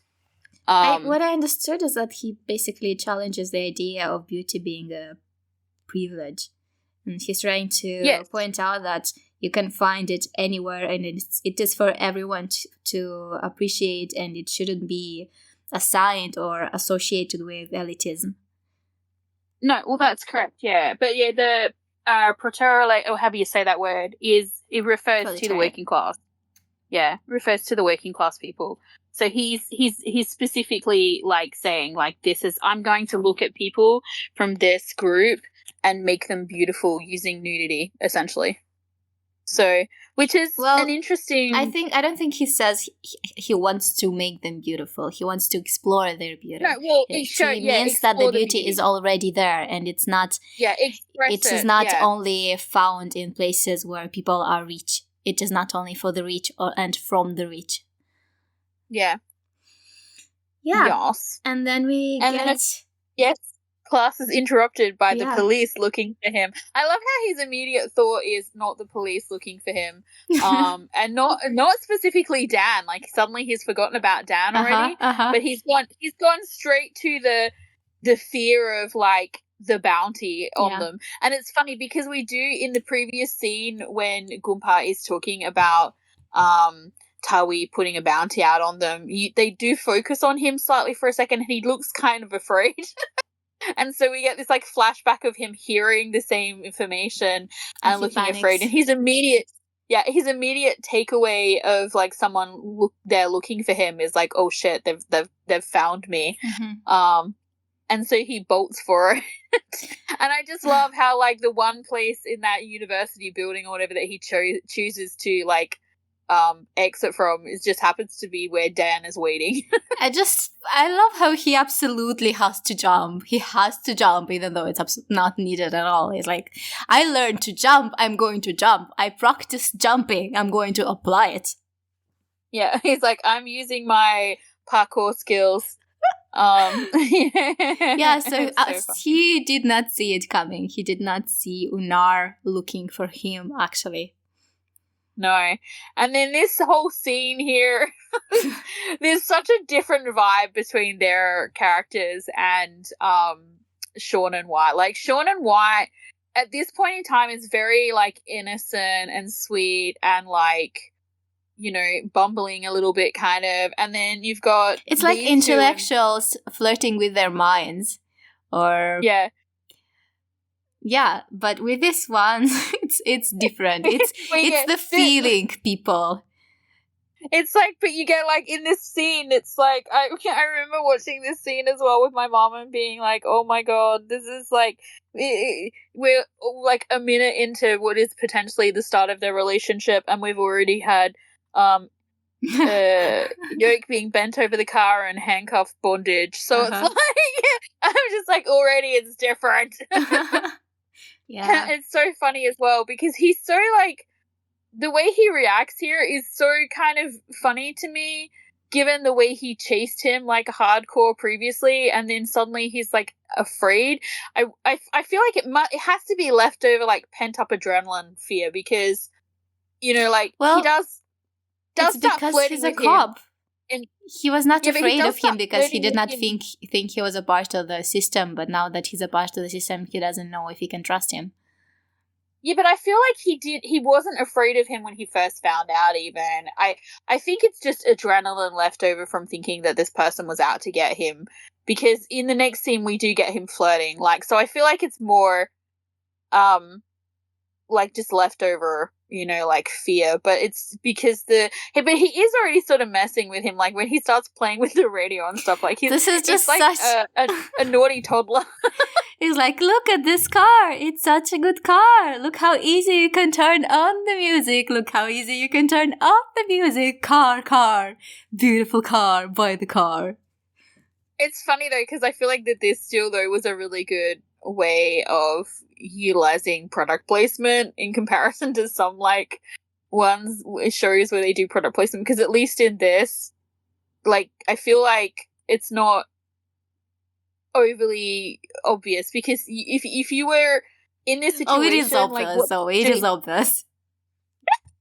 It's not as obvious as if they'd got in the car and he'd been like, wow, like the stereo was really That's basically what happened. Come on.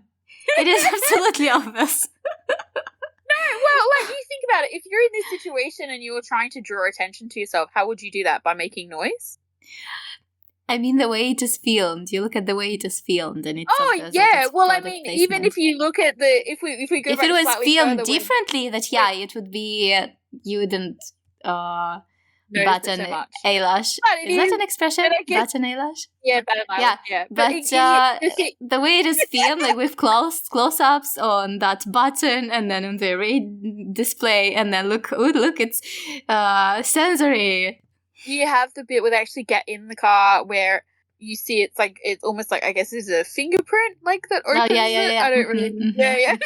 So you go a little bit back further and we get that bit as well. But what I mean is, in regards to product placement, it's not the worst I've seen. I've seen some shocking ones. But yeah. Compare it to vice versa, come on. Yeah, well, I wasn't going to say, I wasn't going to name names. I wasn't going to name names, okay? Come on, we're being honest here. Yeah.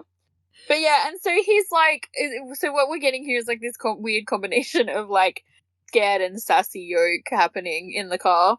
Yeah. And it's just, you just know he's going to get even more sassy. Yep. Because he like literally cannot help himself. So let's go watch Yoke get even more sassy. Let's do it. Let's go. Part 4. Yes. So it was hard to get him into the car. Now it's hard to get him out of the car. Poor Dan. Yeah, I feel like we talked about the car a bit in the last part, and I feel like we failed to mention the convenient handhold, like handle, whatever, that you can conveniently handcuff somebody to. Oh, look how multifunctional. Yeah. Amazing car. I must go out and get one tomorrow. No wonder Yok doesn't want to get out of it. That's right, for all your abduction needs.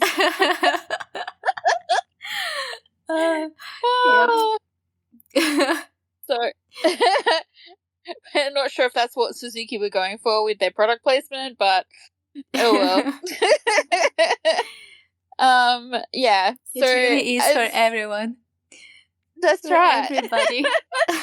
That's right. It's a family car. It's a car for people who are not a family but into all sorts of other stuff.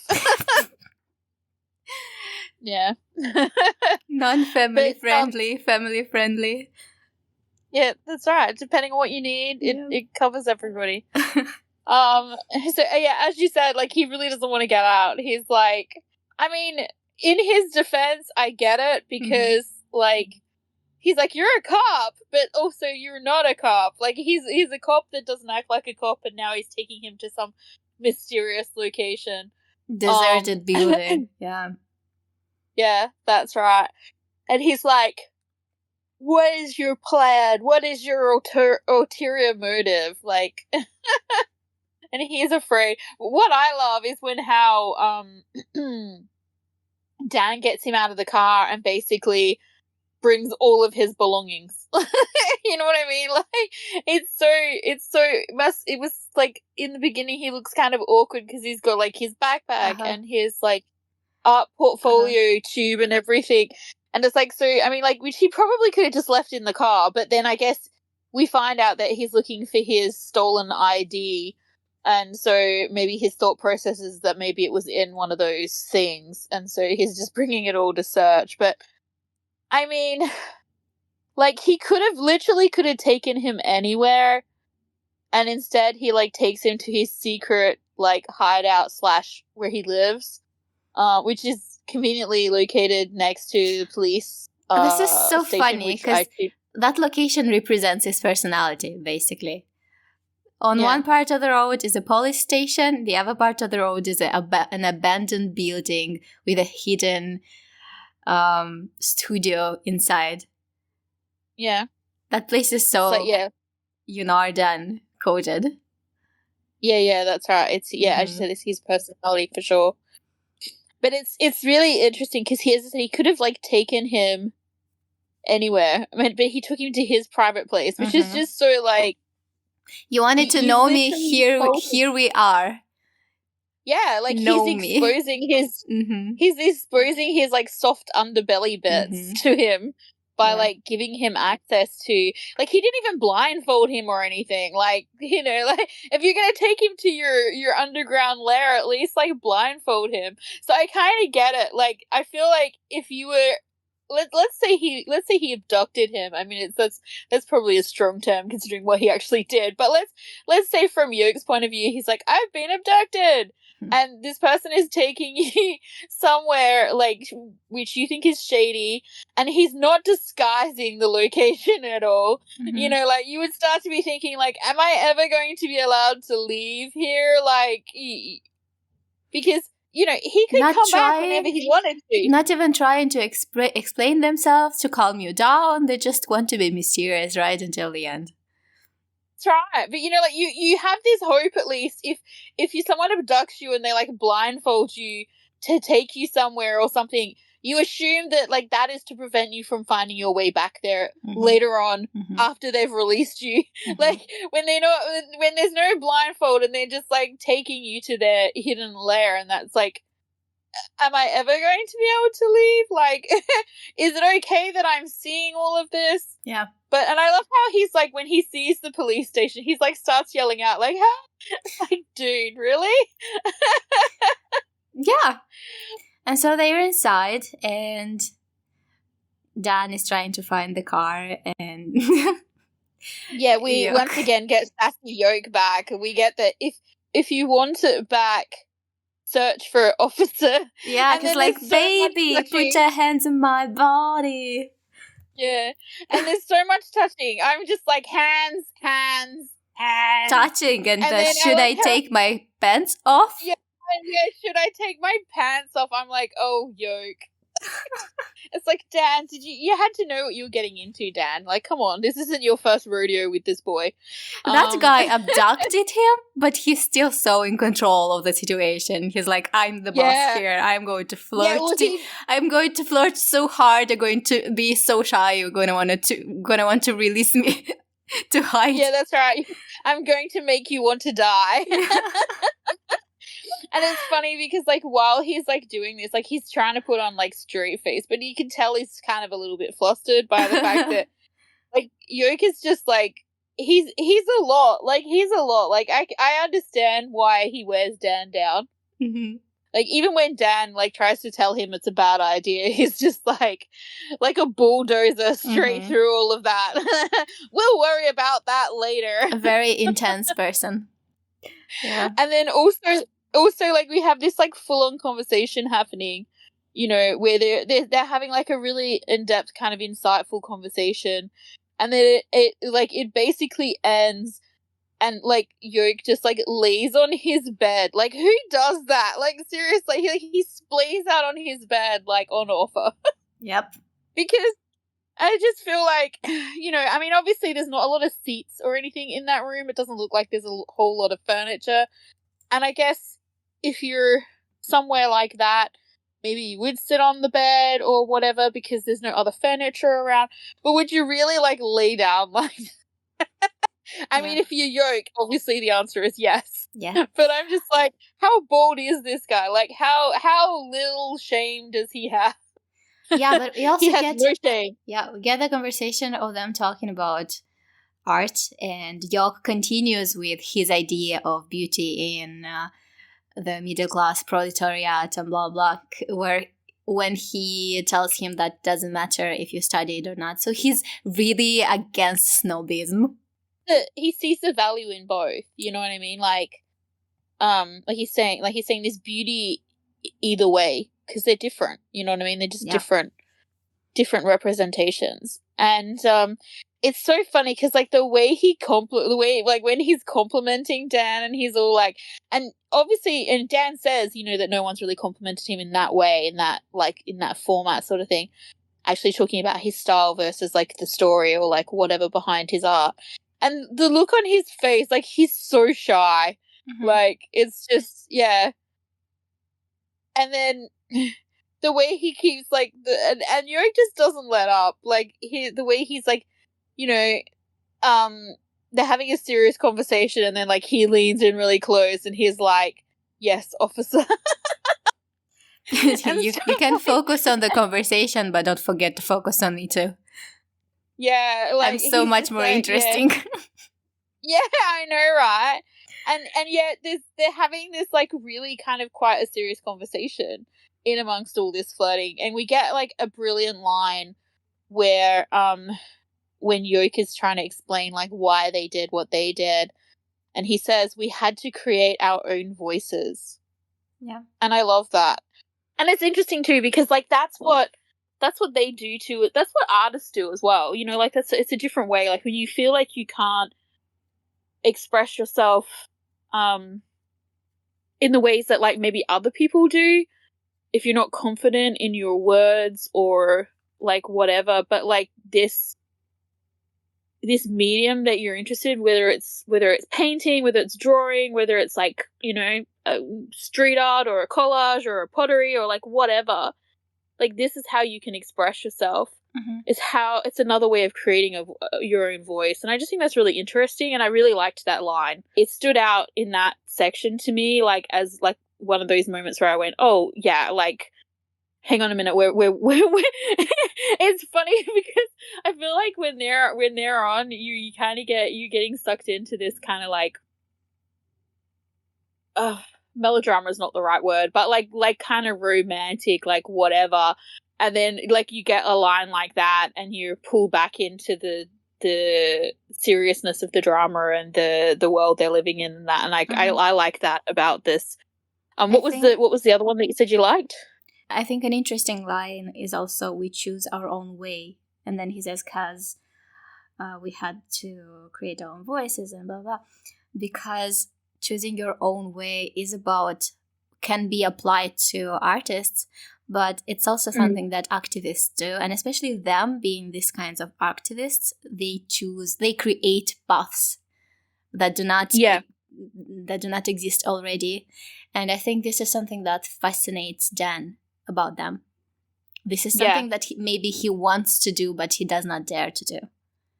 Yeah, well, I feel like with Dan, he is very like, and this is where I want to use the word passive again, and I know it's not the right word, but I can't think of a better one to suit him, is he feels, guilt, and he wants to affect change or like whatever, but I feel like he feels powerless to do that in his life, in his role, in his job. And so he navigates that by creating the art he does, but like it's not, he obviously doesn't feel like it's doing anything. Like he's not getting the satisfaction from it that he needs, because he's stuck in that system and he does not see change. He's not brave enough to try and he's not brave enough to step out of it and try and actually like put himself out there, because even with the art, yes, you could argue that he has to hide who he is and what he's doing, because the fact that he is a cop and what he's doing is technically illegal and all that sort of stuff. But also that is like that's just like another excuse to hide behind as well, like for not putting yourself out there or like whatever. And so that factors into the storyline, like later on, like it comes into it where he is not maybe brave enough or not willing to like risk things and to like give it his all, like in the same way that they are. Like, so he probably, as you said, he's probably a little bit in awe of him, a little bit, well, because he's part of the system. They are young, they are students. They do not have these jobs that keep them, they don't. That suck the life out of them. That, jobs that mold you in a certain way, and if you do not fit, they kind of chip parts of you so that you fit into that box, and you do not do anything that is not expected of you. And it drains you. It's something that discourages you, and it kills your creativity and inspiration and motivation. So it is actually surprising that he still does things, that he still is rebellious like this. But maybe this thing is powered up, how do you say it, by his guilt. This is what gives him this energy to do. It's what drives him. Yeah. And it's funny because as you were talking, I was like, Morella, stop talking about us. This is about the show. Stop talking about your job. Yeah. Stop talking about our job sucking the life out of us. No, really, we love our jobs. But we just I mean, I do actually, but it's like, everyone, like some days you do feel like the inside of you has been sucked dry. It's just how it is. But yeah, I definitely agree with that. And I also think that they don't, it's interesting because his view of them, once again, he doesn't know any of them. Like, he knows things about them, like stuff he's obviously can search, or like if he's watched or whatever. So he knows aspects about them, but he doesn't know their whole story. And like, so he's probably looking at them from the standpoint as a bit like what you were saying, they don't have that same responsibility or construct of like, the work environment or the responsibility of this or like whatever. But they are all coming from something that is weighing on them, that is, that is to a certain extent pushing them in this direction, that has caged them in some way. Obviously with Sean, it's his trauma and his anger and all the rest of it. With White, it's this realization of, the effect his privilege has had on society and just like people in general that he's come in contact with. It's the isolation from his brother. Then you've got Yoke with his mom and everything, and then of course, you know, Graham, we have his idealism. And it's just, but they do have, like, they're way too he probably sees them as being both fearless and brave, but also like irresponsible. Reckless. Like he tries to say, yeah, reckless, that's the right word. He tries to sort of like not chastise him, but like kind of like say to him, you know what you're doing is wrong, right? And well, because it's like this is the Yoke's- way to check if a person is a fanatic or not, right? And Yeah. they're obviously conscious of what they're doing. They know what they are doing is not the lawful way to handle things. Yeah. And this is what, you know, he sort of says to him. So basically, from the beginning, you've been willing to, you know, be arrested, kind of thing. And Yoke's response is like basically, well, yeah, because this is how we are creating our own voice. This is the way that we see. This is the path that we've forged. And it's interesting because initially we see in this respect that they're both artists, and Dan is using his art as a I guess a medium to try and, you know, express his frustrations. Guilt. Yeah, and suppress the guilt that he feels over his own actions.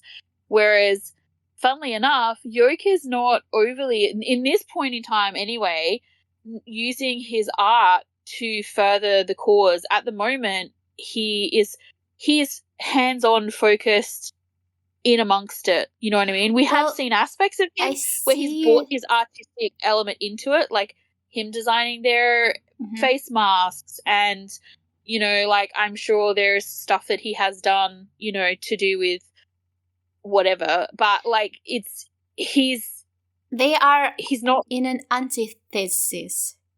Is there such a word? Is there such a word? Because they remind me of White and Black here, because as I was saying when we were talking about part 1 or 2, when White is someone who looks naive, but he's focused on something positive, and this is what drives him. When he's focused on a positive outcome, because he's driven by hope, while Black was driven by despair and being disillusioned and disappointed, right? He was focused, this is what drives him, the anger. So in this situation, art-wise, Yunar is focusing on the ugly stuff, while Yoke is focusing on the beautiful stuff.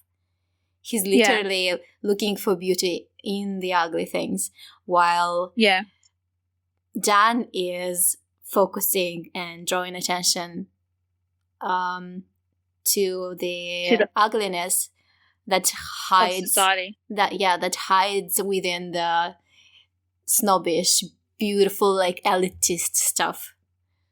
Yeah, but it's interesting though, because I guess what I was trying to say is in their cause, or in their crusades, personal crusades, whatever, that's his main focus. He uses his art, and that's as far as he's willing to go, at least up until he meets Yoke. Whereas Yoke is he's doing his art, and he's definitely, as you said, exploring things and trying to send a message, but he's not necessarily using it as part of their activism, like, quest. Like what he's doing with what Yoke is doing with White and Sean and Graham and Goompa, he's not actually, we haven't seen him anyway use his artistic drive to forward their cause in that way. You know what I mean? Like, he's still working on it, but that's like a personal thing. Like, it's not, and while he's still looking at things that are exploring what, like, his ideals are and what he wants society to see, like I mean, it makes sense that he wants people to be able to see the beauty in like not the norm, or like maybe the norm, even, you know, like, so like he wants his mom to fit into society without people judging her or questioning her or, all those things. It depends on what they're doing, because it depends on the mission that they have. Because I feel like his approach, the art, would actually be the most efficient in resolving issues, the issues that he is most concerned about.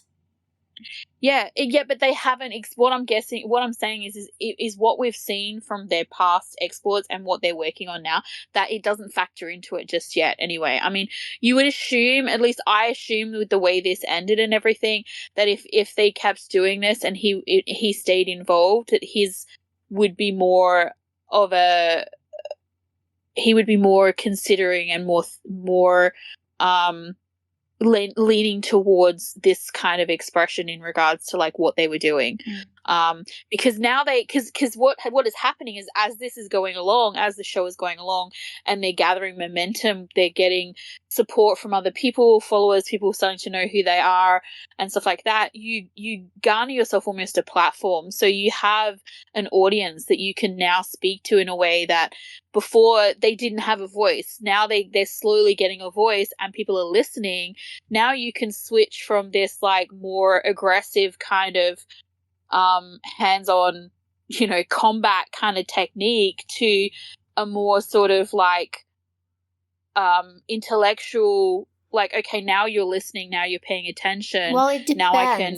It depends on the mission, because right now they want to take down Tawi, and it is something that Sean wants mostly, right? So they must finish this task. Yeah, and you cannot really do that with art. But what you're saying and what I was saying is at the end of the way the show ends, they have a platform, like they have a following, so you then could navigate like something that, say, like Yoke is more interested in and things like that, and even the idea of changing laws and stuff, and he could then utilize his art more in that way, I guess, is what I was trying to say from that. And also it's really funny, he's as kind of like knowledgeable and like, thoughtful and everything he is in regards to like the system and stuff like that. His interactions with Dan educate him in a way that he was not expecting and force him to grow up is the wrong word, but mature, I guess, in terms of like how he then moves through society and stuff like that. So Dan, in actual fact, teaches him some hard lessons, and that will affect his art and affect how he decides to, navigate people and society as well because of that. It's funny when he says, "Arrest me," and then he gets close and almost embraces him. Yeah, he's so up in like Dan's business. It's not funny. I love the way that that Gaywan like grabbed, or Fluke, I always call him Gaywan, but I think he goes by Fluke, grabs a hold of his arms, like, 'cause he's holding his arms out like, "Arrest me." His wrists, actually, like, which is wrist, pretty symbolic considering everything. Well, I mean, aren't they like an androgynous zone as well? Like, do they reckon that your wrists and your forearms are like an androgynous zone? I'm pretty sure they do. I haven't heard of that, but okay. Not androgynous. Androgynous is the wrong word. Erogenous. What's the word? Erogenous, yeah. Yes, your forearms and wrists can be male or female. Well, I mean, technically they are. They all look the wrists. They look like wrists. But yeah, I'm like, that's not the right word. It sounds the same kind of, but it's wrong. Yes. Thank you. See, I told you English better than I do sometimes. Sure, thank you. You knew what I meant, kind of. Like, hey, like, I haven't heard that. No, I didn't know this was an erogenous zone. No, well, teach me, master. I have no idea. I'm sure the wrist. I mean, because it makes sense because they're kind of sensitive areas, I think. But anyway, but yeah, he does this whole like, arrest me, and then he grabs a hold of them and sort of like holds them in a way that is like completely unnecessary, and then lowers them. And so like they have this intimacy already. It's such a flirty kind of like, it's so interesting, their relationship in this part, because they're kind of like, it's like this almost like superficial flirtiness, but then they slip into these like really deep moments between them, but then they like traverse back to the flirty like subtext, and it's just it's very interesting. Like, the next episode, I love the next episode, because we have of course we have in this scene here as well, they're talking about stuff. And he says, like, they start talking about, being even with one another, because basically they both have something to lose. Like, Dan tries to do the I have the upper hand thing, and Yoka's too smart for that. He's like, well, actually, you know about me, but I also know about you. So, like, let's call it even. And then they start talking about... you see me, but I also can see you. Yes, exactly right. But Yoke then also says, you painted me without my permission. And it's funny because he says that and Dan's all like, oh, taken aback by that. But then he like within like seconds, Yoga's like, but that's okay. You're allowed. Like, but then he kind of bargains with him and says, like, he's basically like, you owe me because you drew me, now it's my time to draw you. And so in the next episode we get that scene. I love that scene that's coming up in the next episode. It's like one of my favorites. We'll talk about it on our next episode. In the next episode. But I wonder, like, why are they calling this a portrait when it's not a portrait at all, what they're painting there? Yeah, I don't know, because, well, I mean, I suppose what are the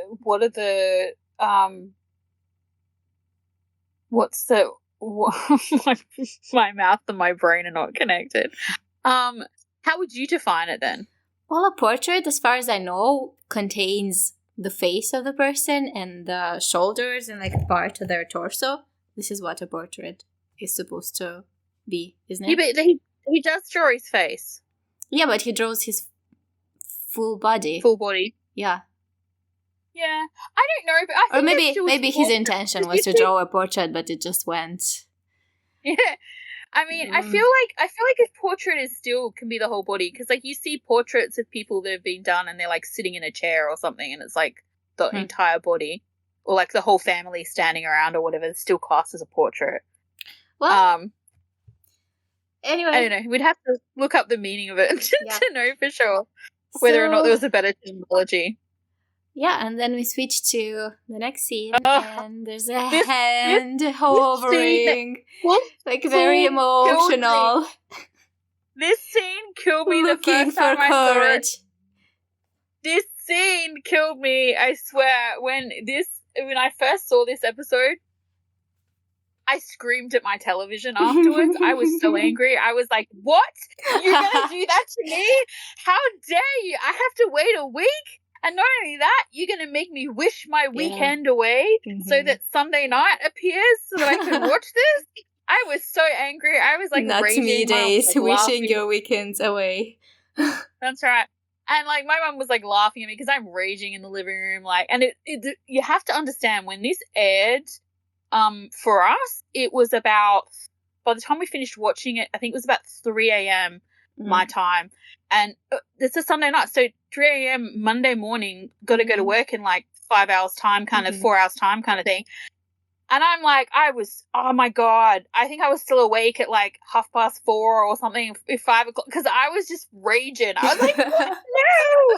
How could you do this to me? Because clearly something big is about to happen. And it's like, she's just like, yeah, that's enough of that. You guys can wait now. But, yeah, so the way that Sean goes to his room, and like the way he's standing there kind of like checking his hair and all that sort of stuff, he came there to conquer as well. Yeah. And the way White is like watching him through the peephole, it's so funny because once again this fourth quarter of the episode is just like full of sassy boys, because White is so sassy in this part. like he like looks through the people, and his reaction is like, I can't deal with this right now. Like, why is his hotness here? Like, he's like, I don't want to. And then, and then, and then, like, when he opens the door and Sean is like, I want to talk to you. Like, first off, Sean is just, he has this, like, really earnest, almost kind of bashful expression on his face when White first opens the door and he's asking to be let in and everything. And then the way White is just like, yeah, I don't want to. He's like, I don't want to talk to you.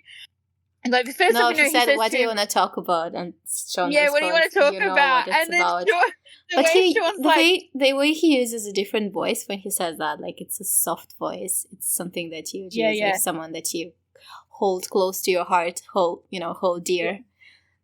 Yeah. It's very different from the way he used to talk to him before. Well, it's funny too as well, because he says to him, when he says about, like, what are you talking about, whatever like that, and he says you know what, or something like that, like, you know what I want to talk about, kind of thing. And the thing that's funny is he really does not know at all. Like, he's like, I don't want to, because he doesn't know what Sean is there about to say to him. Like, is he there to talk about, like, what happened? Is he, like, why is this boy here, like, you know, late in the evening or whatever? Why has he come to see me? And he's all, like, freshly showered and, you know, like, I think, you know, he's fixing his hair and stuff. White kinda understands that there's this understanding between them, unspoken. They understand each other very well, but they do. He's not ready to face it. He's not ready to confront the situation. Yeah, he's not really. Yeah, he doesn't know what to do with it, so he's not. It's like I think I said it in, like, the last episode. I think, remember, it's like, he wants it, he likes it, but he doesn't know what to do with it. So he's just like, this is too hard right now. I'm just going to put this over here and act like it's not happening. Mm-hmm. Yeah. And and then, of course, like, it basically, we go from Sean having this, like, earnest, kind of almost bashful expression in the beginning to, like, when Wyatt's like, no, I don't want to, and then he just becomes, like, really determined. And the way he's like, the way My Side starts playing, and then, like, he's shoving him into the apartment and closing the door, and it's like, what? What? What just happened? Where is the rest of it? And then she had to go and do the trailer, where it's like, the trailer for next episode is basically them laying on the bed and Sean touching him, being like, are you pretending to be asleep? And I'm just like, biting very my cruel, very cruel. I was like, how dare you? Yeah. The rage inside of me. But yeah, I was just, and of course, once again, you know, I knew I loved next episode. There's so much in the next episode that I love, but yeah, the conversation that we get from them is, yeah, I can't wait. I'm so excited for the next episode. I'm like, we have to wait for so long. I'm also spending my days reading these days, so they fly by. You're distracted. I need a distraction. Now that I'm sort of like, work is, well, it's not slowing down, but I'm bringing less of it home. Of an evening, I think I need to start getting back into the reading or something, because at the moment I'm just like, oh, I keep seeing not me everywhere, and it's very, very difficult to be very strong. So, and it's really funny. I think I mentioned to you before as well that, like, YouTube keeps suggesting episodes of Vice Versa that we're not up to. Mm-hmm. Like the final episode and stuff like that. I'm like, what are you doing? Go away. Please do not spoil me with your what do they call it?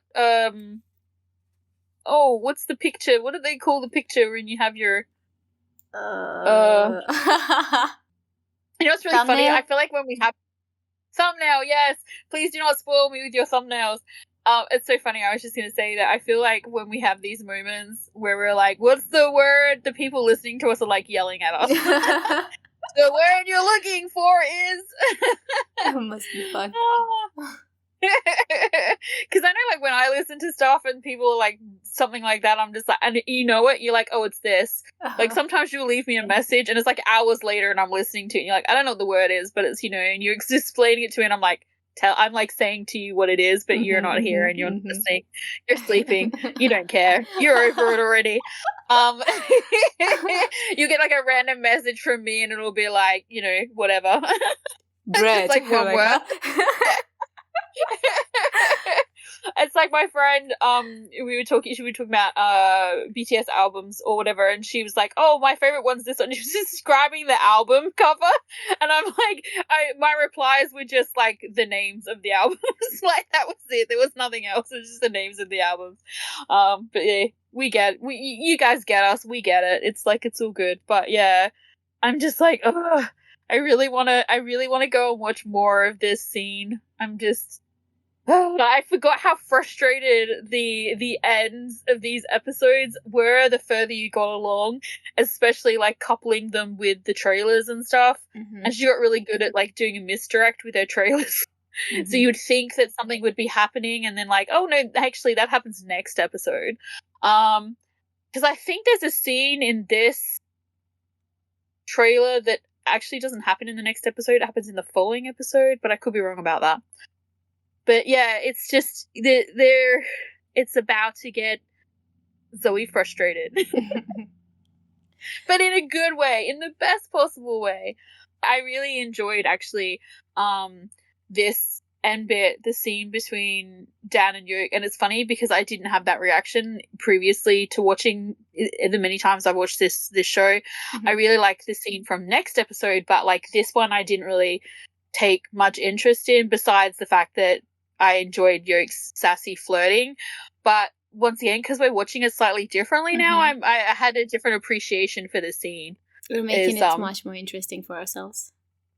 Yeah, I think so, yeah. So that was all I was going to say. Other than that, I don't really have anything to add. Anything I'm going to have to add is basically just going to be me like crying over the fact that we have to wait before we can watch the next episode. And I know I'm going to go on Twitter later and there's going to be like a scene from episode 8 and I'm just going to be like, no, back away slowly. Twitter, know your weakness. Knows your weakness. Oh my god, it does. I feel like it's like, like when you say like I devices listen to you, like there's just no way they don't. I guess this is it. It is. Thank you for hanging out with us and goodbye for now. Bye.